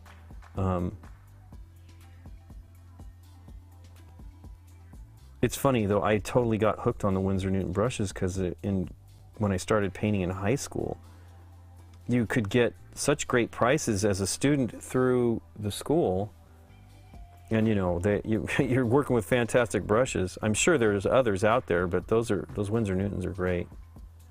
I don't have a lot. I mean, I didn't ever really buy a lot of the bigger Winsor Newton ones with the bigger bellies, like this one here. they're just, the scale up so quickly on it cost. I mostly used aughts, double aughts, and maybe a 1. And I kind of migrated to slightly larger brushes, partly to deal with how quickly paints dry here. I mean, look at this, it's already drying on her bandana here or whatever. And I mean, I just painted around the side of it. You kind of have to keep the edge wet. I did not do a good job cleaning the mold lines on here though. I actually spent more time on this too to do that because I was trying to get these as smooth as possible because it's hard. They are definitely, wow, that is a bright color. It's pretty cool. It'll dry darker, but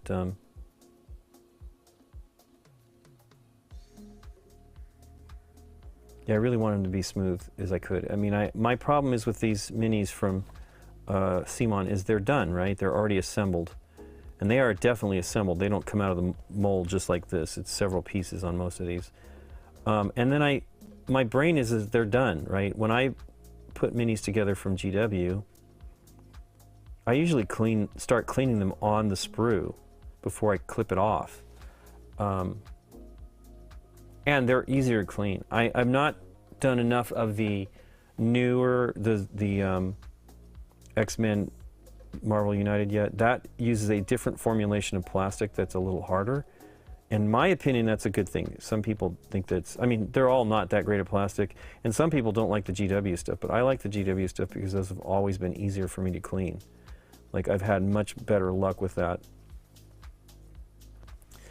So I feel like this is a good paint for when you do the xenathol highlighting because it is doing shading and it is really kind of popping on this black, considering how dark the undercoating is on this. I really feel like that's hair, but it is not, at least according to if you follow the ribbon. I will treat it as a ribbon and just, oops, it's out of focus again. I'll treat it as a ribbon and see how it goes.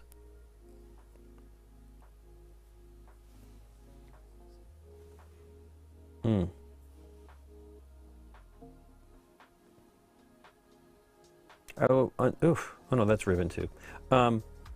Somebody on the stream the other day was saying that they varnish with glossier varnishes, and then put matte on top of that. Now, the good idea about that is glossy varnishes are much tougher than matte varnishes. It's probably the right way to go. Wow, that doesn't settle though. I will tell you now, that does not look great. It's nice, it's very bright, but if you look at, and I slopped it on there, it's very even in tone. There is no shifting in the settling of the this crease on her cap here. The shading helps, but like I like the settling of the stuff, so I might have to do some lining to try to just pop that stuff a little bit more, in my opinion. I have not used much of the single pigment. I don't know if they had single pigment in the previous batch of paints from Citadel. I don't imagine they did because it was a big deal when they announced that they had done some single pigment ones. It's just, ooh, I'm touching her head, but it's dry already. It's crazy. That's how fast paint's dry here.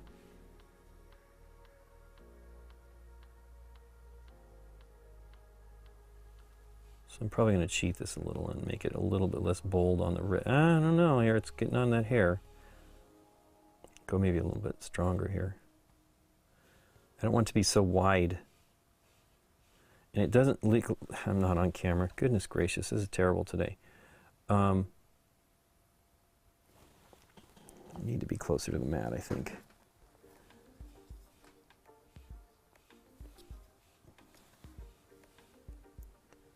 The Etsy shop is, I'm sorry if I missed that, Mom Gamer, it's Mischief Maker.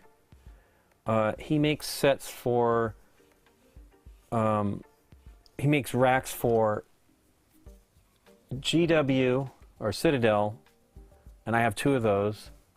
He makes racks for the Vallejo, he makes racks for, you know, the Vallejo is the same as, roughly the same as the Army Painter, let me see here. Make sure I'm telling you the truth. So here are these Viejos, and then this is an army painter. Oh, there's one in there already. These fit great. I really like them. He's pretty fast about getting them to you. He's based in Texas, and they're really nice.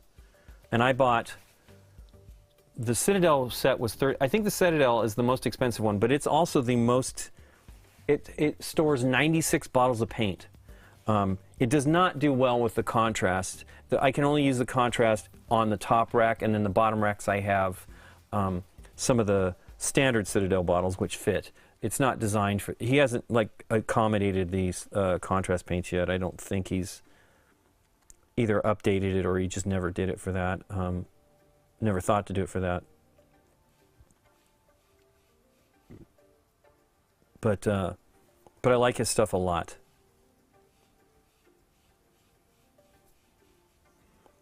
And it's very well done. You just have to be a little cautious with assembly because particularly the Viejo one has very thin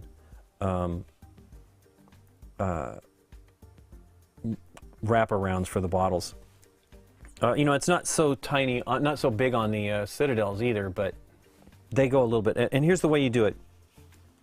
When you're putting it together, push it from the edges. You're going to have to worry about the center. I'll show you with one of these little tiny ones I have, the Citadel small ones. So the way it works is it's multi-level. So each, so the paintbrushes I'm getting, these are called Royal and Langnickel. Let me see, I have a bottle of them here that's still in the bottle. Where did I put that? Is it behind? No. I tucked it away, which was silly. But anyway, Royal and Langnickel. Boy, it should be right here. Did I put it up above? Because I know I don't need it. I sort of tucked. Oh, here it is. I got these from. You can get them on Amazon. They are as little as $28 or $29. Golden Taklon round brushes.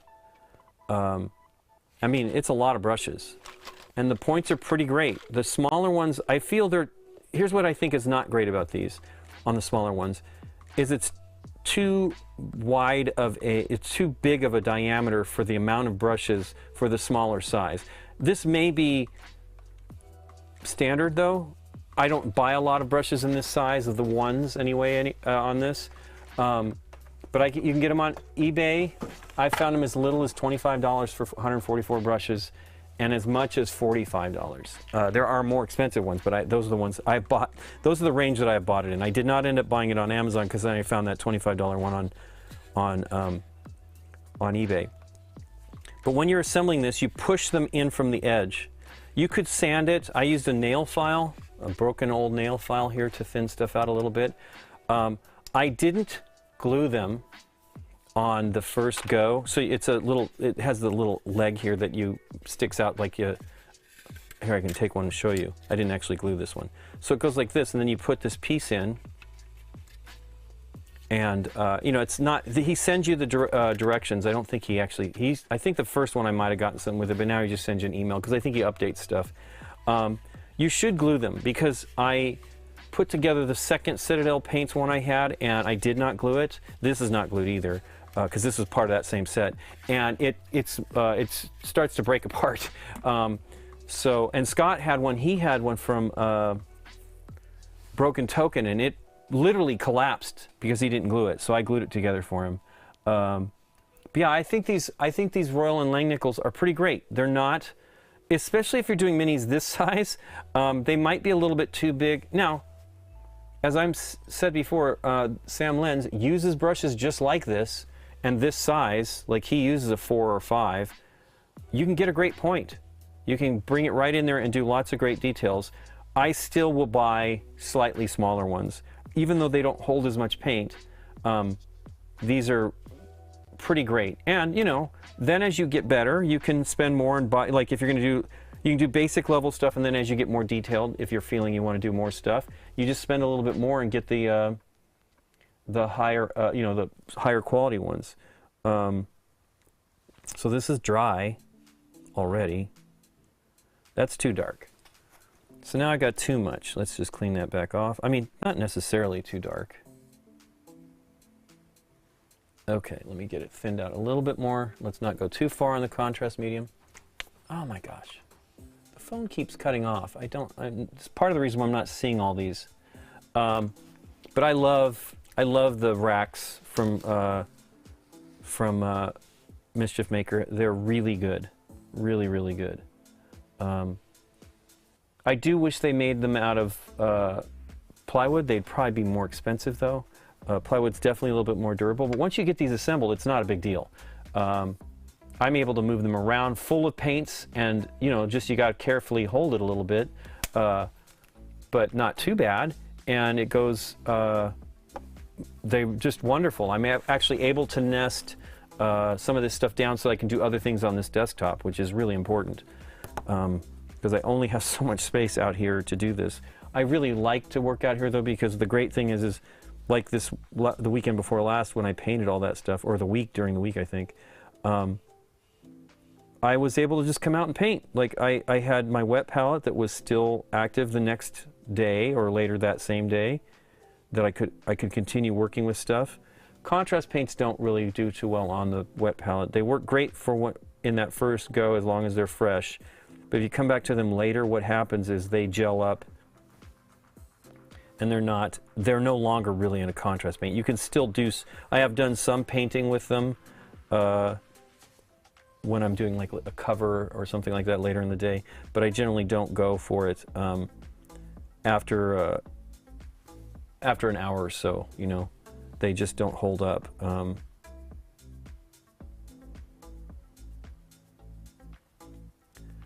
But Mom Gamer, if you have any questions, you can always write me on these videos. I try to pay attention to the comments coming in, so if people ask questions, I can answer questions.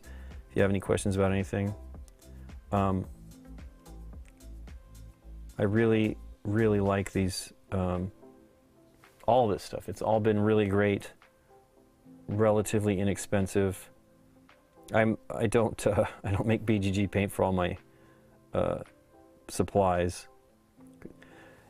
I'm a little too into experimentation and learning about stuff that and I don't want to spend a lot. I don't feel you need to. Boy, that's a real dark. She's gonna have some cave eyes there if I don't. So what I do is I wick up some of that paint. Does she have teeth visible? She does. The funny thing is I will often paint the teeth. I mean, I go inside out, so I will paint the teeth first. I did not today.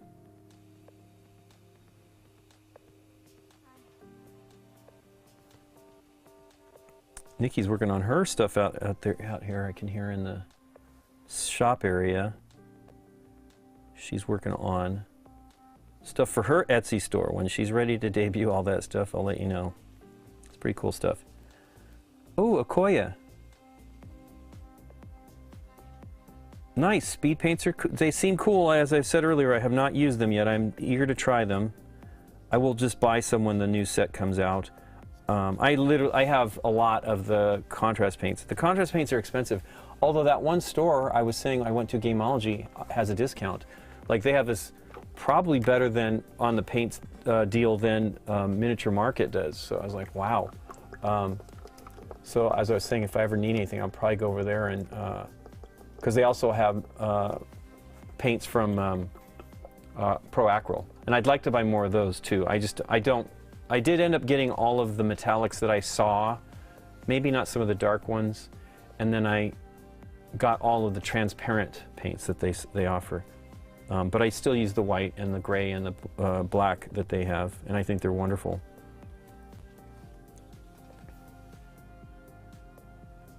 Mom Gamer, Mom Gamer asked, if you had to choose one, do you enjoy painting or gaming more? Obviously, if I had to choose, I would probably have to choose gaming. I love painting though. Obviously, I have to choose gaming because it's my job. But I really love painting. It's nice and mellow. I do, Nikki has painted with me, and she wants to. It's just she's got her own, her own interests, which is cool. we're both crafty people and doing stuff. She really loves to crochet, and she does that all the time. But yeah, I love to paint. I love modeling and all that stuff. I mean, I've been doing that for. I mean, I've gamed forever too.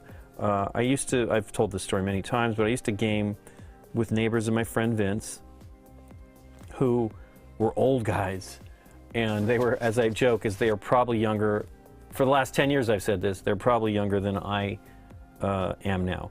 But it was great. I learned a lot about gaming. I played a bunch of Avalon Hill stuff as a kid, and I really love it. But basically in the same time frame, I got into D&D. We did not have crazy minis like they do now, but I did paint some minis back then.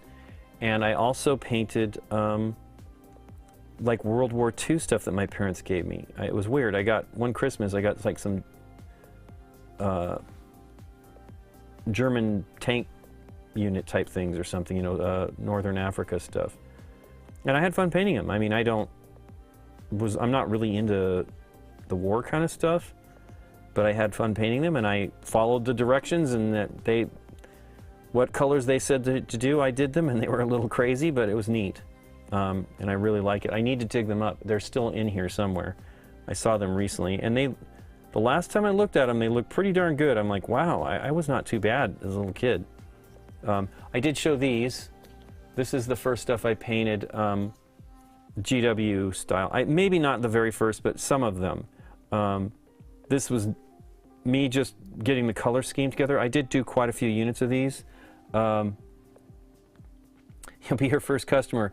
Well, I will tell you, she is making, I can't say till she's done. I want her to reveal it, but it's going to be some cute gaming related decorations, let's say, for your house, and they're really neat. I didn't paint these I did do the gems. I mean, they're neat. I did the style that they recommended on Heavy Metal, and I did okay on them. The hilarious thing is there's one on here, but there's many gems. If you look on this one here, I went crazy on them, and they're all on there. There's gems everywhere.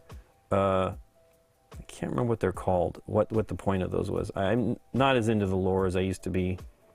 But yeah, I love it. It's fun. It's interesting to figure out, and the way they suggest that, you have the light passing through at the bottom and stuff, and they look cool. That gold there is, if you're looking at this one, this was shining gold back in the day. It is very much like rich gold from Proacryl and the Retributor armor. Let's actually compare the Retributor armor. It's not the same. I can see it right now. They're close, but this has got like a little bit more red to it. It's real pretty. I loved shining gold. I may have a tiny bit of it somewhere, but those terrible bottles that GW had or Citadel had back in the day that just dried out no matter what you did. But yeah, when they reformulated, so this was the French.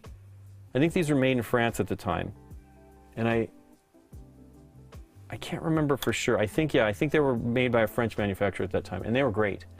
They were the best metallics, I think, out there at the time, at least from my experience. Now I would probably say I would either get this Proacryls or Vallejos. I have like some of the Vallejo airbrush colors. These are fantastic. I'm sorry about the camera. These are fantastic. They're thinned. I mean, they're expensive. List $11, $10.89, $9.89, $6. They're thinned out for airbrushes, but they paint great with, and they come with agitators and all that. And that's a lot of paint. They're really great too. I've not seen any of like the Vallejo golds. I don't know if they have them. Gold is like, crazily enough, I don't really care for gold things in real life, but I love it on miniatures. So I don't know what's wrong with me. Yeah, I really like the paint from. I really like the paints from Monument. They're really good. Adam had recommended them when I met him at Gamma Trade Show.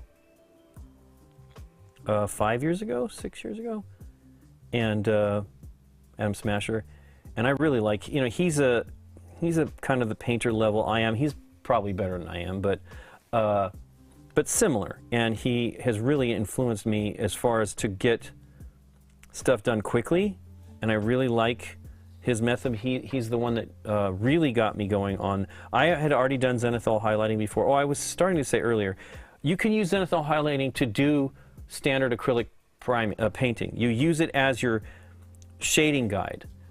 It works pretty great, but it's not as fast as doing it this way.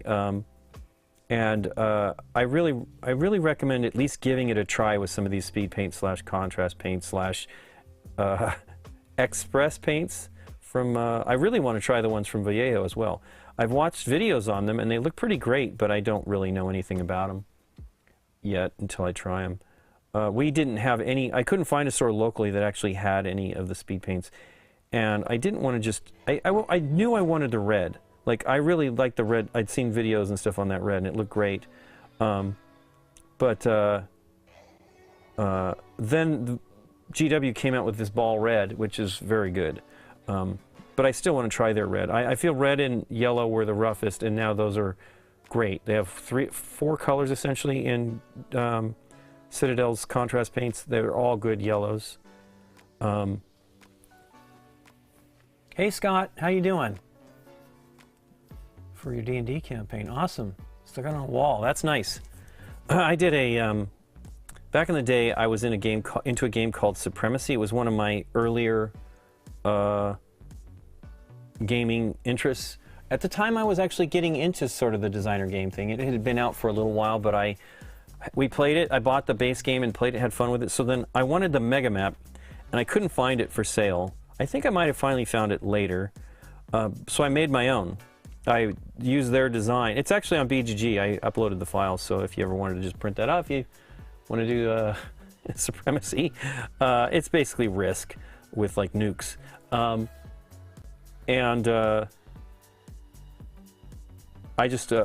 had access to a large printer, and a plotter as they call them, and so I just did it and printed it at lunch, and turned out great.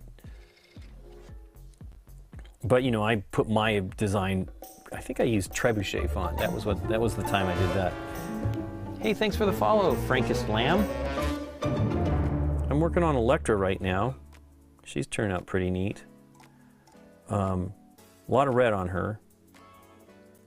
I'm noticing some stuff I missed. It looks pretty good though. This single pigment paint actually looks very good on the dark. So maybe that's got that going for it, or maybe it's just the red. But I need to put a little bit underneath her, the locks here of it. Again, you don't really have to go crazy if you don't want to, as far as going underneath and painting stuff. But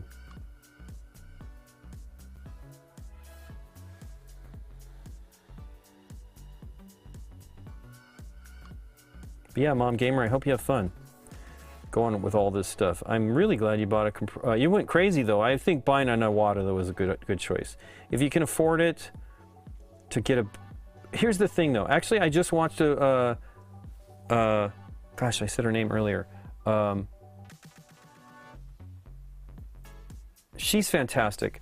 She was saying mistakes she had made buying airbrushes. She had bought the. I mean, you have it now. It's not a bad thing. But I guess you can't change the nozzle. A lot of these Badgers that I have, and as I said, the Chinese ones allow you to change the nozzles, but I think when you buy the Iwatas, you're going to be stuck with that nozzle. It's weird though. It seems like you could change it. I don't know why you can't. But anyway, because based on my knowledge of how the Badger ones work and the Chinese ones work, it's easy to change them. I've actually changed the nozzle on a Badger and one Chinese one. But she regretted buying that one. She has a video that she put out in the last week or so, a few days, where she listed things that she was disappointed that she bought. You decided to jump in with both feet. You sound a lot like me and Scott, and I'm proud of you, so have fun with it. but yeah, she was disappointed in that one because she couldn't. She's moved beyond priming, right?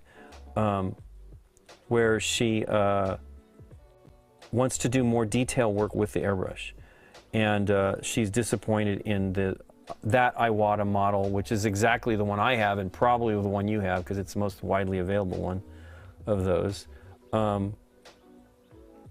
I'm sad though, because Michaels used to actually sell Badger. They don't sell it anymore. I think they sell Iwata. I think Neos, they're Neo 4 Iwata is what they call them. I think those are the Sparmax brushes. But those brushes look good.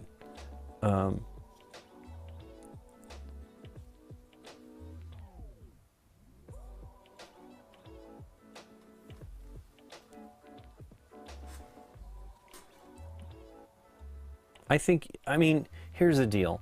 If you think you're going to enjoy it, then it's worth going a little bit crazy for it. Hey, James McNeil, thanks for the follow. Hey, I guess Scott edited for me. Thank you, Scott.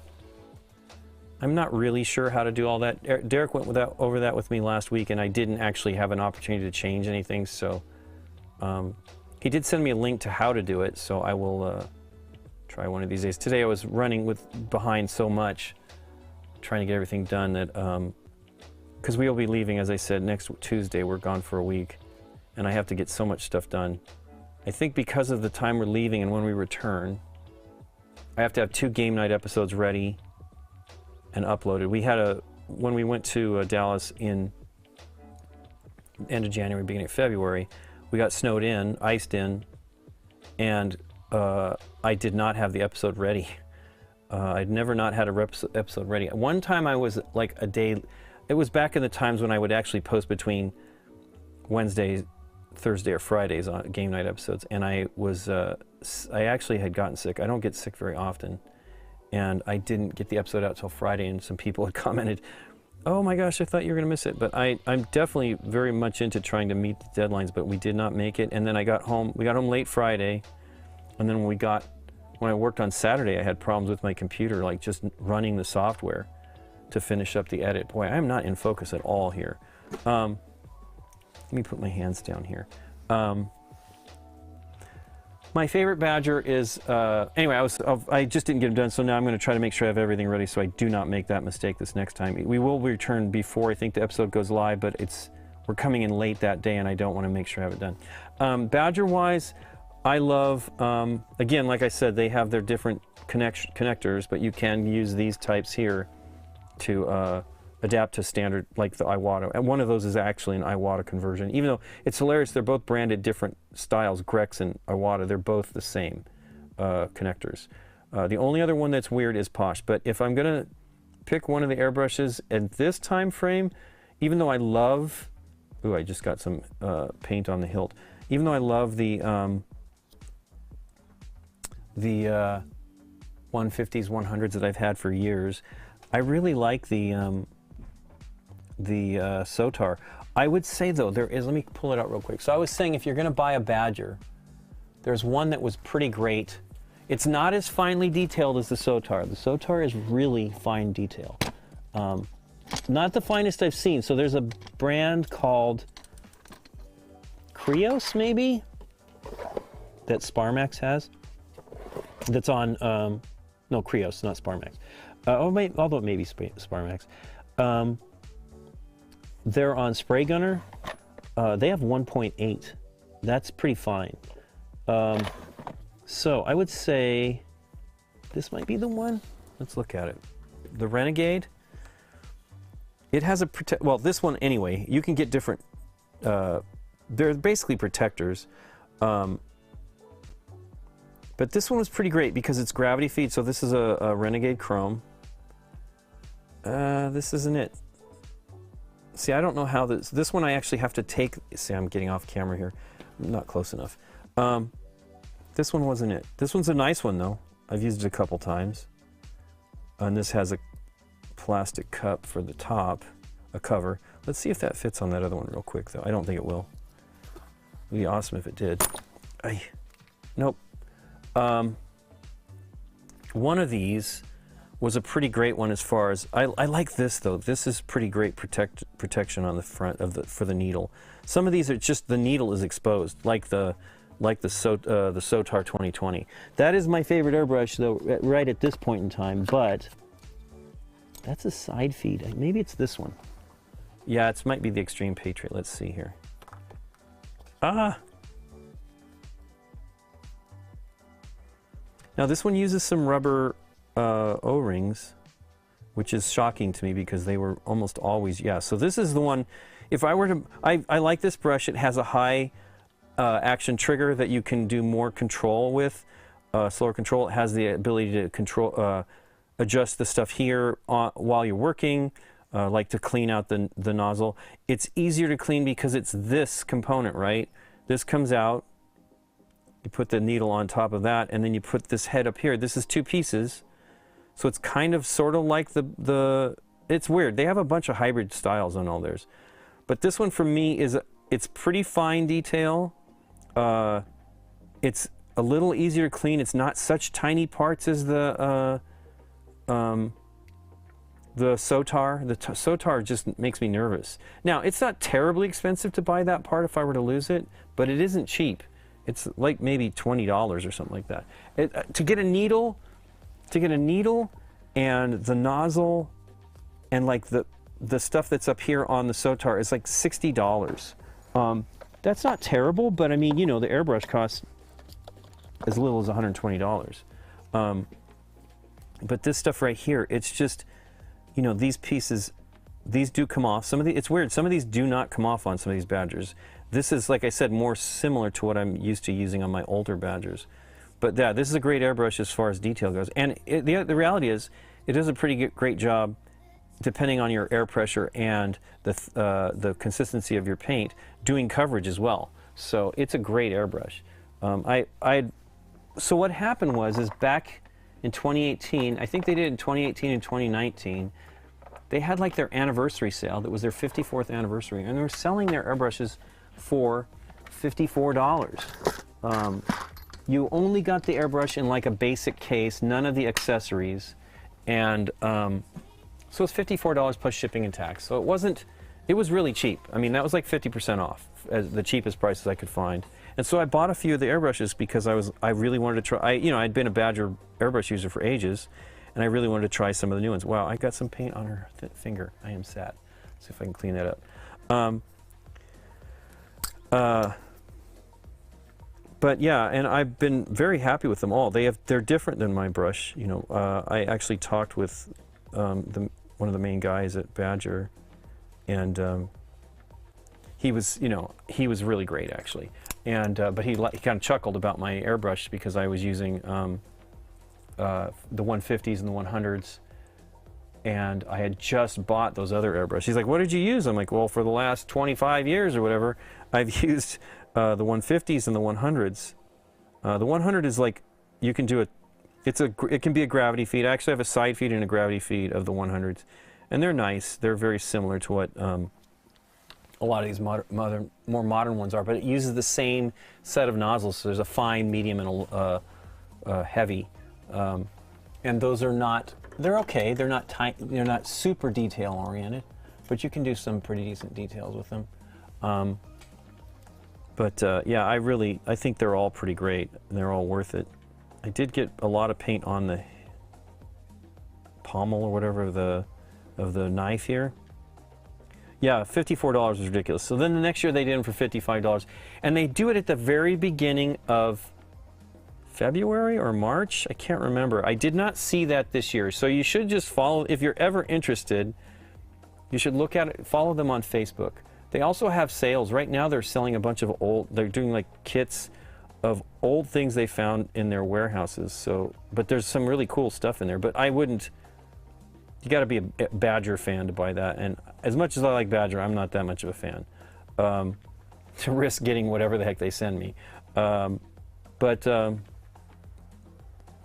$54 is wonderful. So I bought that Sotar, I bought that Renegade Chrome, and what else did I get? I think I bought 3 or 4. So I spent like $200, a little over $200.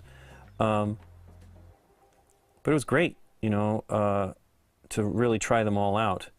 So I had already had a Crescendo, which was, I feel they're one that kind of did that large nozzle thing that I showed on that Patriot 105.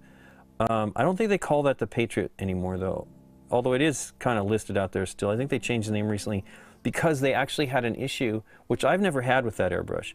What I had with that airbrush, it was actually too tight, but they had like a leakage with their Teflon needle bearing, and that was a problem. So I think they renamed it so people would understand. Last the 48 Marvel United Minis in the original Kickstarter. Do you have any favorite expansion? So far, my favorite has been the Sinister Six, but I have not played the Thanos one. I don't think I've played the Thanos one yet. They're really, I think it's a fun design. We actually saw Eric Lang, and we're talking about it. He, you know, it's his design with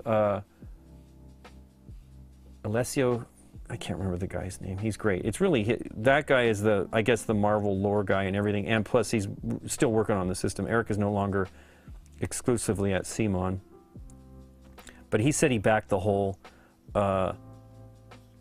multiverse one because he was excited to play it because he hadn't done any work on it. I mean, yes, it's based on his designs, but he said he went all in. So I was talking to him about painting and stuff, and we'll see if he does some. I really enjoy it, and I don't regret. I mean, it's another $400 I put into this new campaign.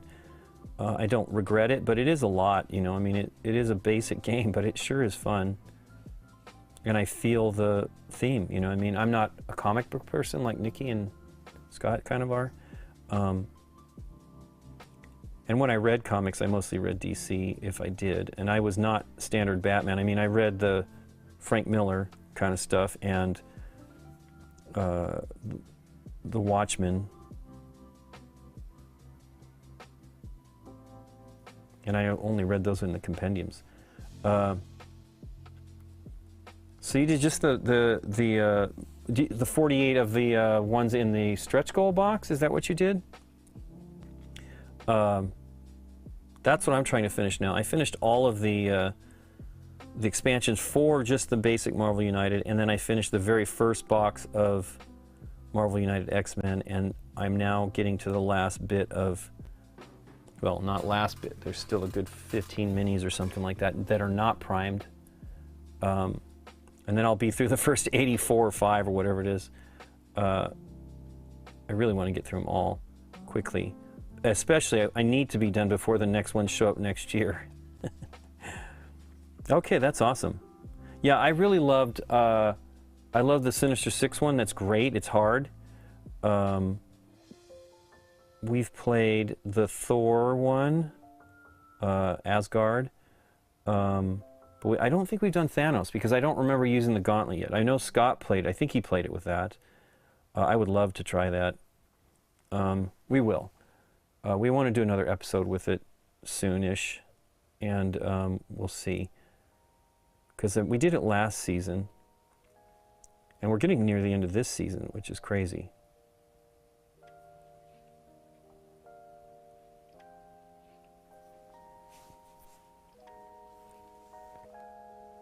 Well, I love the stuff in the first Marvel stretch goals box. It's really great.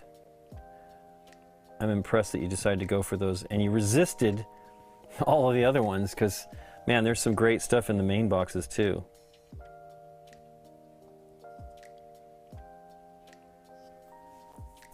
Wow, I mean, she looks pretty good already with the skin and the red. What brushes do I like? So right now, I mean, I use some Winsor Newton stuff still. This is a synthetic Winsor Newton. I need to get more of these, Series 3 239. I really like this brush here that I only bought one. It was from Hobby Lobby Master's Touch. I've used it a few times. It's really nice. Not terribly expensive, especially when you get one of their sales. I like these Zem brushes from, I mostly use synthetic. I mean, it's much cheaper, and they get too beat up when you're painting miniatures to use a sables and stuff like that. I do have sable brushes. I have, like, as I said earlier, I have about 5 or 6 Series 7, which are quite expensive brushes. But I mostly use these lately. These are Golden Taklon, the clear handles, Royal and Langnickel. They're meant to be like educator brushes, but the thing is, they are really quite good. You get 144 of them in a kit, and you don't get, you know, I'm more likely to go ahead and just toss it or let it use it as a different kind of a brush, you know. I'm using many of these.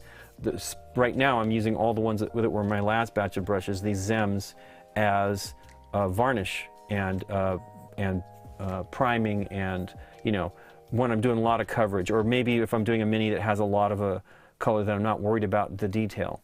But yeah, this is my second one of these I've gone through now, of the number 4. I mean, you can't even, the 4 is barely visible anymore. And these are as little as $25. The last batch I bought on eBay were $25 for 144 brushes, numbers 1 through 6. And I feel this is the 5 and the 6. These brushes are really as good as many of the other ones I've used. They're a little bit larger diameter of the ferrule than I would necessarily, but I mean, I love this brush, and look at that, it's the same size. Maybe a little bit smaller, and it seems like the ferrule might be a little finer metal than these. These are very cheap, but they're great. They do a good job, especially on these Marvel United things. You know, they're larger minis. You don't have to really be that crazy detail oriented. And so, you know, they cost like 27 cents. I think they're as little as 22 or 23 cents per brush, up to, like, I think I was 30 some cents for the 144 brushes I bought when it was $45 on eBay. And they're on Amazon as well. They had them as inexpensive as $28 on Amazon. That's Royal and Langnickel. But I mean, it doesn't hurt to just get them. At that price, you're getting 144 brushes, and you can use them for all kinds of things if you don't really love using them for painting minis. But I've never met Sam Lenz, but Adam is good friends with him, Adam Smasher, and Tabletop Minions. And Sam uses cheap brushes, 5 packs of brushes, and he wins awards. So you can absolutely do it, and you can get great points with these brushes, and you don't have to worry about them. You know, you can just go, okay, next one, and just use them for other things. That way I tend to go switch to them sooner, and then the brushes are still pretty good for a while. You know what I mean? Doing other tasks. Because there's tons of things I need to paint on miniatures, like if you're doing textured bases and things like that. And it's good to have some pretty decent brushes that are not your finest brushes. And even if you don't use them as painting minis, you can, I mean, as for detail like I'm doing, sort of doing anyway, I'm not that detail oriented on these, you can still use them for lots of stuff. I absolutely love them for varnishing as well. As I said, I've been using the Zems, these 4s. I think I have some other ones from Dick Blick that were educator ones too. Those were 6s, and those are pretty good too. I think I only bought like 5 or 6 of those. Yeah, I wouldn't spend too much, especially with miniature painting. Yes, you might want some very good ones for details, but focusing on that blue brush. Okay, Scott, let me get those out of the way. It's very shiny. They're nice, but they do have a little bit of a crisp part that it attracts. Actually, this matte is not great. We do have a neat. I haven't actually brought it out here. We do have a new neat painting matte at the BGG store that is. It has an all-in-one kind of mixing palette area and a water cup that's silicone, and the cup pops up. It's really nice. Problem for me is it's peach. It's flesh tone colored. I'm not sure why we got that color, because either, if you're going to paint with it on a palette, as a palette, and you want to use that, I feel it should be white or black, like I like the black. And I'm also concerned about what it'll look like on camera, but I actually should bring it in here and do it. I've been meaning to do it, and I keep seeing it there. It looks, it's sitting over a box, and so it looks like a dash of an old car, because it has a little ring area for stuff, and you know, it looks cool. It's actually a great idea, because you can roll it up and go paint someplace else. I'm hoping that they're popular enough that we'll get some other colors, because I don't know if I can get them someplace else. You know, I don't know how we got that. I don't know if we designed that ourselves, or we do design our own stuff on the BGG store. Often Beth is doing a great job on all that stuff. I just got red on her flesh. Bummer.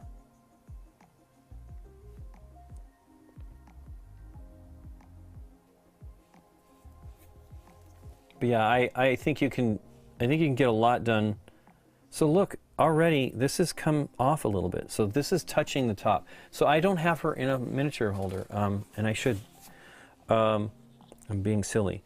The contrast paints are delicate. They are really quite delicate. So I don't, you know, you might want to get a miniature holder like this one. This is the older version of the Citadel one. But yeah, the paint, now this is because, number one, I didn't get it trimmed well. So there's like a ridge of plastic there, but it just started coming off.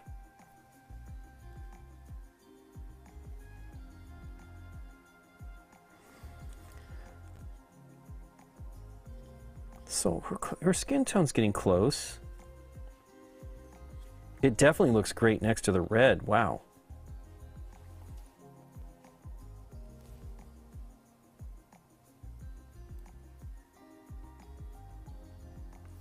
But yeah, we're excited. We're going to go see Scott next week.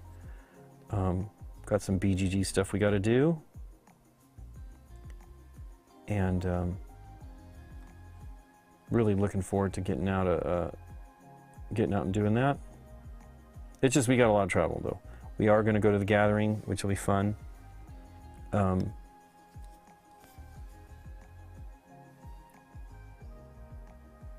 That we missed. We were planning on going to Dice Tower West, and so much stuff got in the way. Nikki's mom is having some health troubles. This is one of the things that's kind of worrisome about going away. Nikki's mom's having some health troubles, and we just got busy. We got so busy and planned, you know, much more trips than we had planned earlier in the year, or actually at the end of last year when we thought about going. And I'm bummed because I would have really liked to have gone, but because I still haven't ever been to any Dice Tower event. Wow, I am really not doing a good job keeping it in frame today. But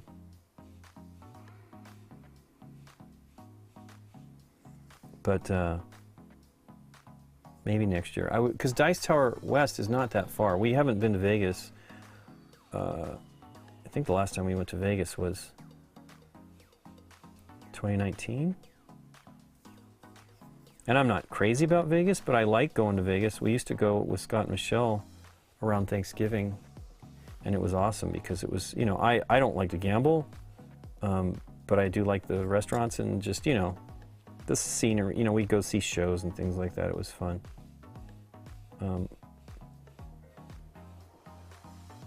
But I don't drink, so it's not, I mean, I have fun. I'll drink Diet Coke, plenty of Diet Coke. But the things, I don't do the things that Vegas, you know, normally you do in Vegas. Oh, that's a black strap. Where's that at? Okay, well, that's a kneecap thingy that she's got that's black. I need to pay attention there. Oh, that's black on her. Where is that at? Oh, it's right there. So is that black on her armband? Oh, yes, it is. Okay, well, I'll have to paint that black. It's okay because it's red, and black will go fine over that.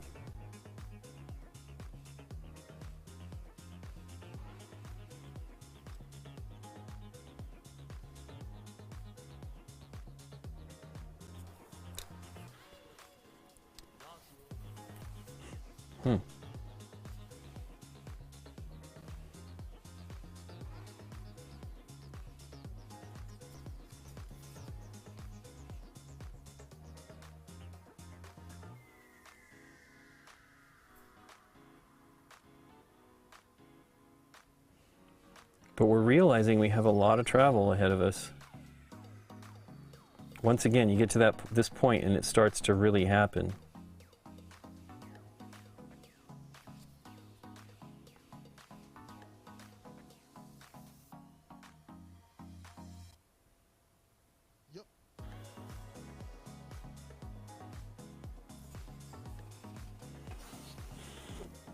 I actually pull the art from the Kickstarter. Joel, I go to when the campaign's on, I usually, and I also go to the Big Child Creatives, and I just download all the files into my Google Drive and then pull them up. So it's on a tablet over here to my right.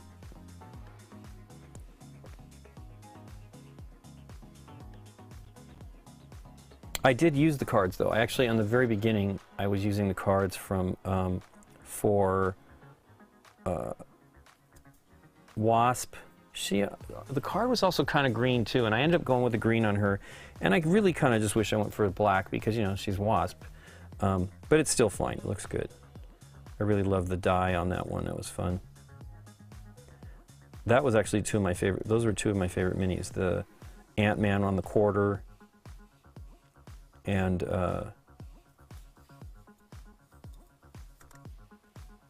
Wasp on the dice, the one die.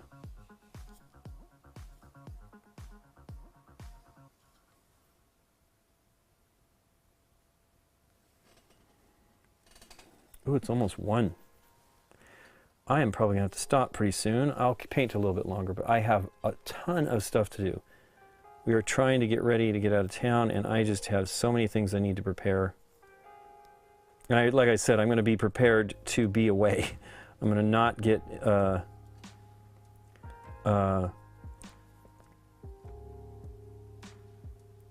not going to get caught with not having the stuff ready. I've got to get the Brothers Murph's top 10 shows. I got to get any of the in focus and how to plays that we have done anyway together. Some of it I can do while I'm away. It's reviewing the edits of GameNight that I can't do. I mean, I could bring all that stuff with me, but I just can't do that. It ends up taking me, like, you know, I have my setup. As a matter of fact, I have 2 monitors on my setup, and one of the monitors is dying.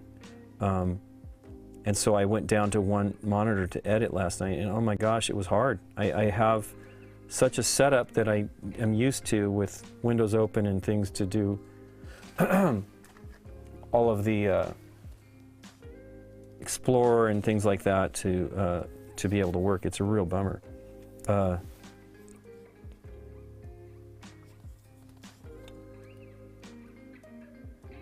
So yeah, this is kind of even in the tone. So I'm not sure. What I might do is do a thin wash of a darker color over these and let it settle in. I mean, this is very nice, but it just is, you know, part of, ugh, I got paint on her skin. What is going on today with me? That is part of the problem for me with the, I think with the single pigment paints. Because the yellow is phenomenal too, but it is also very,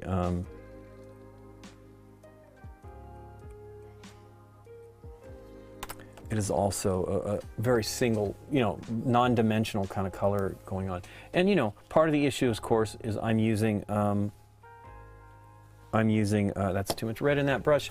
I'm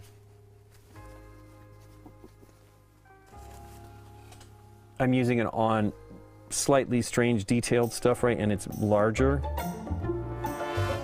Thanks for the follow, Mark Oliver Gregoire. Thank you so much. Working on the Marvel United Paint minis here. I'm almost done for the day. I'll go a little bit longer here.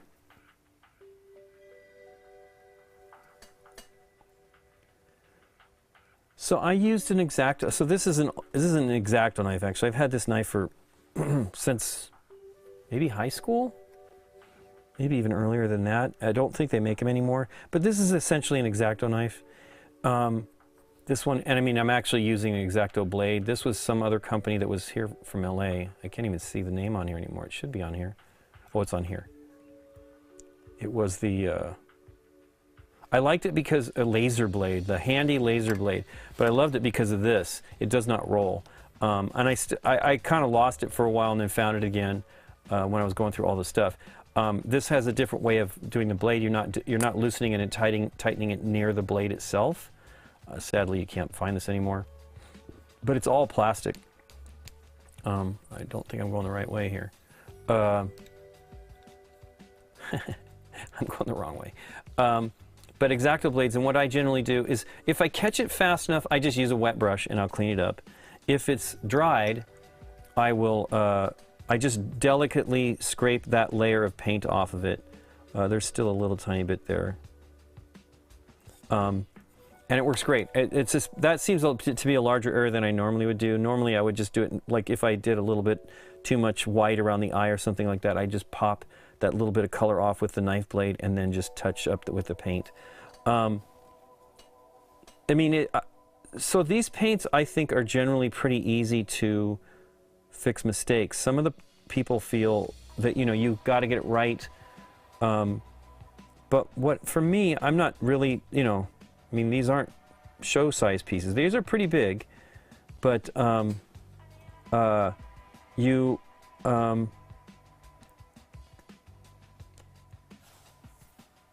can fix the stuff by just getting a close enough gray. If you, let's say I got some black on this red, and then I'm more than likely to when I do paint the black, I will just go back and paint a little bit of gray, and I usually use this gray here, which is Gray Seer, the base paint, one of the colors. I don't know that they make this color in the spray can anymore. This was the color I used on, I think I used on this miniature in spray can form when I did it at Scott's. And you can see that the horns are kind of that color, right? And then I'll tell you about the coffee stain stuff in a second. And then I also use the gray. I didn't actually, I almost bought it yesterday when I was at the, two days ago when I was at the store. I got the bright natural gray. There's a dark neutral gray. There's another color that I should buy from, I use that one as well to touch up. And then I just put the color over it. For coffee staining, what I do is, I can show you here on this cape. I didn't go crazy on trying to fix this one. But this is one of the Warhammer minis that I did, the very first one that I was doing with the contrast paints. And there's a pool right here of, I guess it's here, of the blue, and it's not great. Like it looks pretty good. It looks really good in life. It doesn't look you know, with your eyes and not on camera. But where the coffee stain was, oh, it's right here. And what I did is I just got that same color, because this was a straight blue out of the bottle, I believe.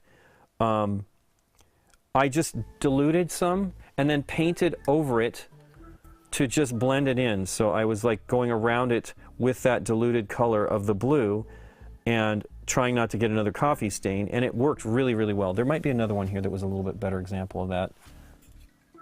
Yeah, there it is. This is the worst one. It's right here, and you can kind of see it, but when you see it in looking at the miniature sitting here, you can't see it, but there is a coffee stain right here. And it dried with a little ring, and not great, but I just did the lighter color of the same blue with the contrast medium in it, and it was able to like kind of soften the effect of it, so it wasn't so bad. But that's a good one. Now again, you could just repaint all that, but I feel that the best solution is just to go, I mean, it depends on your level of like how accurate you want it to be. I'm one of those people that really loves everything to be accurate, but at the same time I've kind of let that go because I just want to get through all these. But like I said, I feel she doesn't quite look... There is some shading. I just would like a little bit more in the settling of the... We'll see. I might experiment before I go crazy. I think I'm going to have to stop for the day. Let me switch the camera.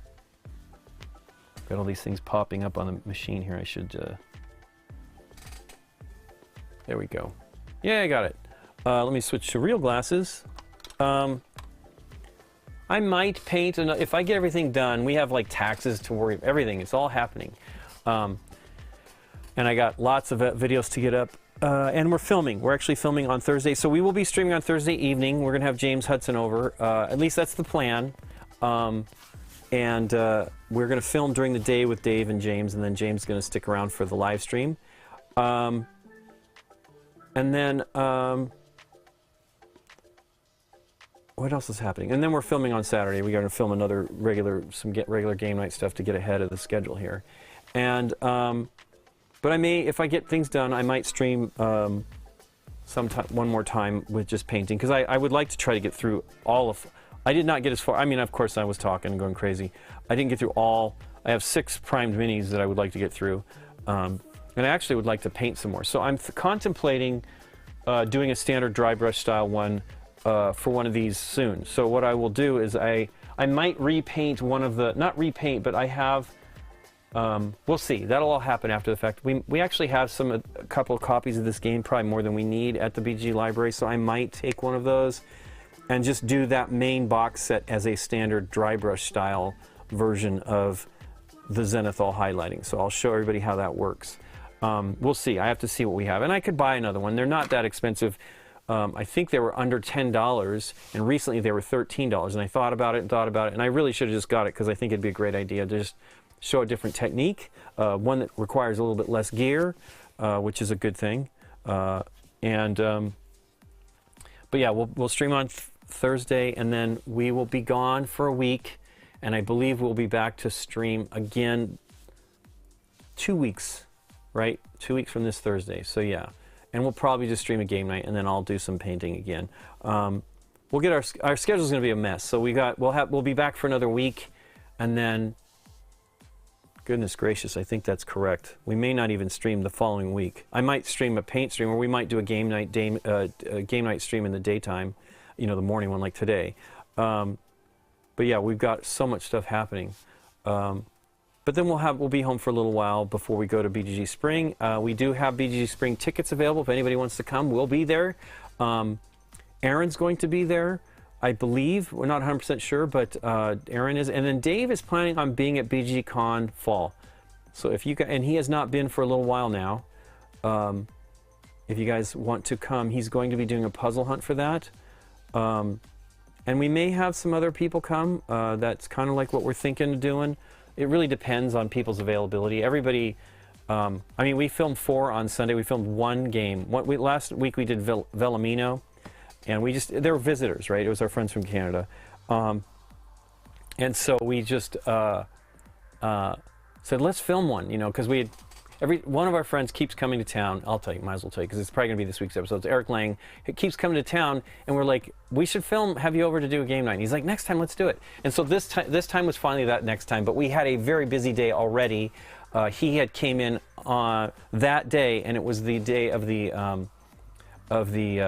Oscars, so it was crazy busy, and so we couldn't quite do as much as we'd hoped, at least getting around. We did go to Danny Trejo's Tacos. We had not been to that place. There used to be one out here near us, and it folded during the pandemic, and it was very good. So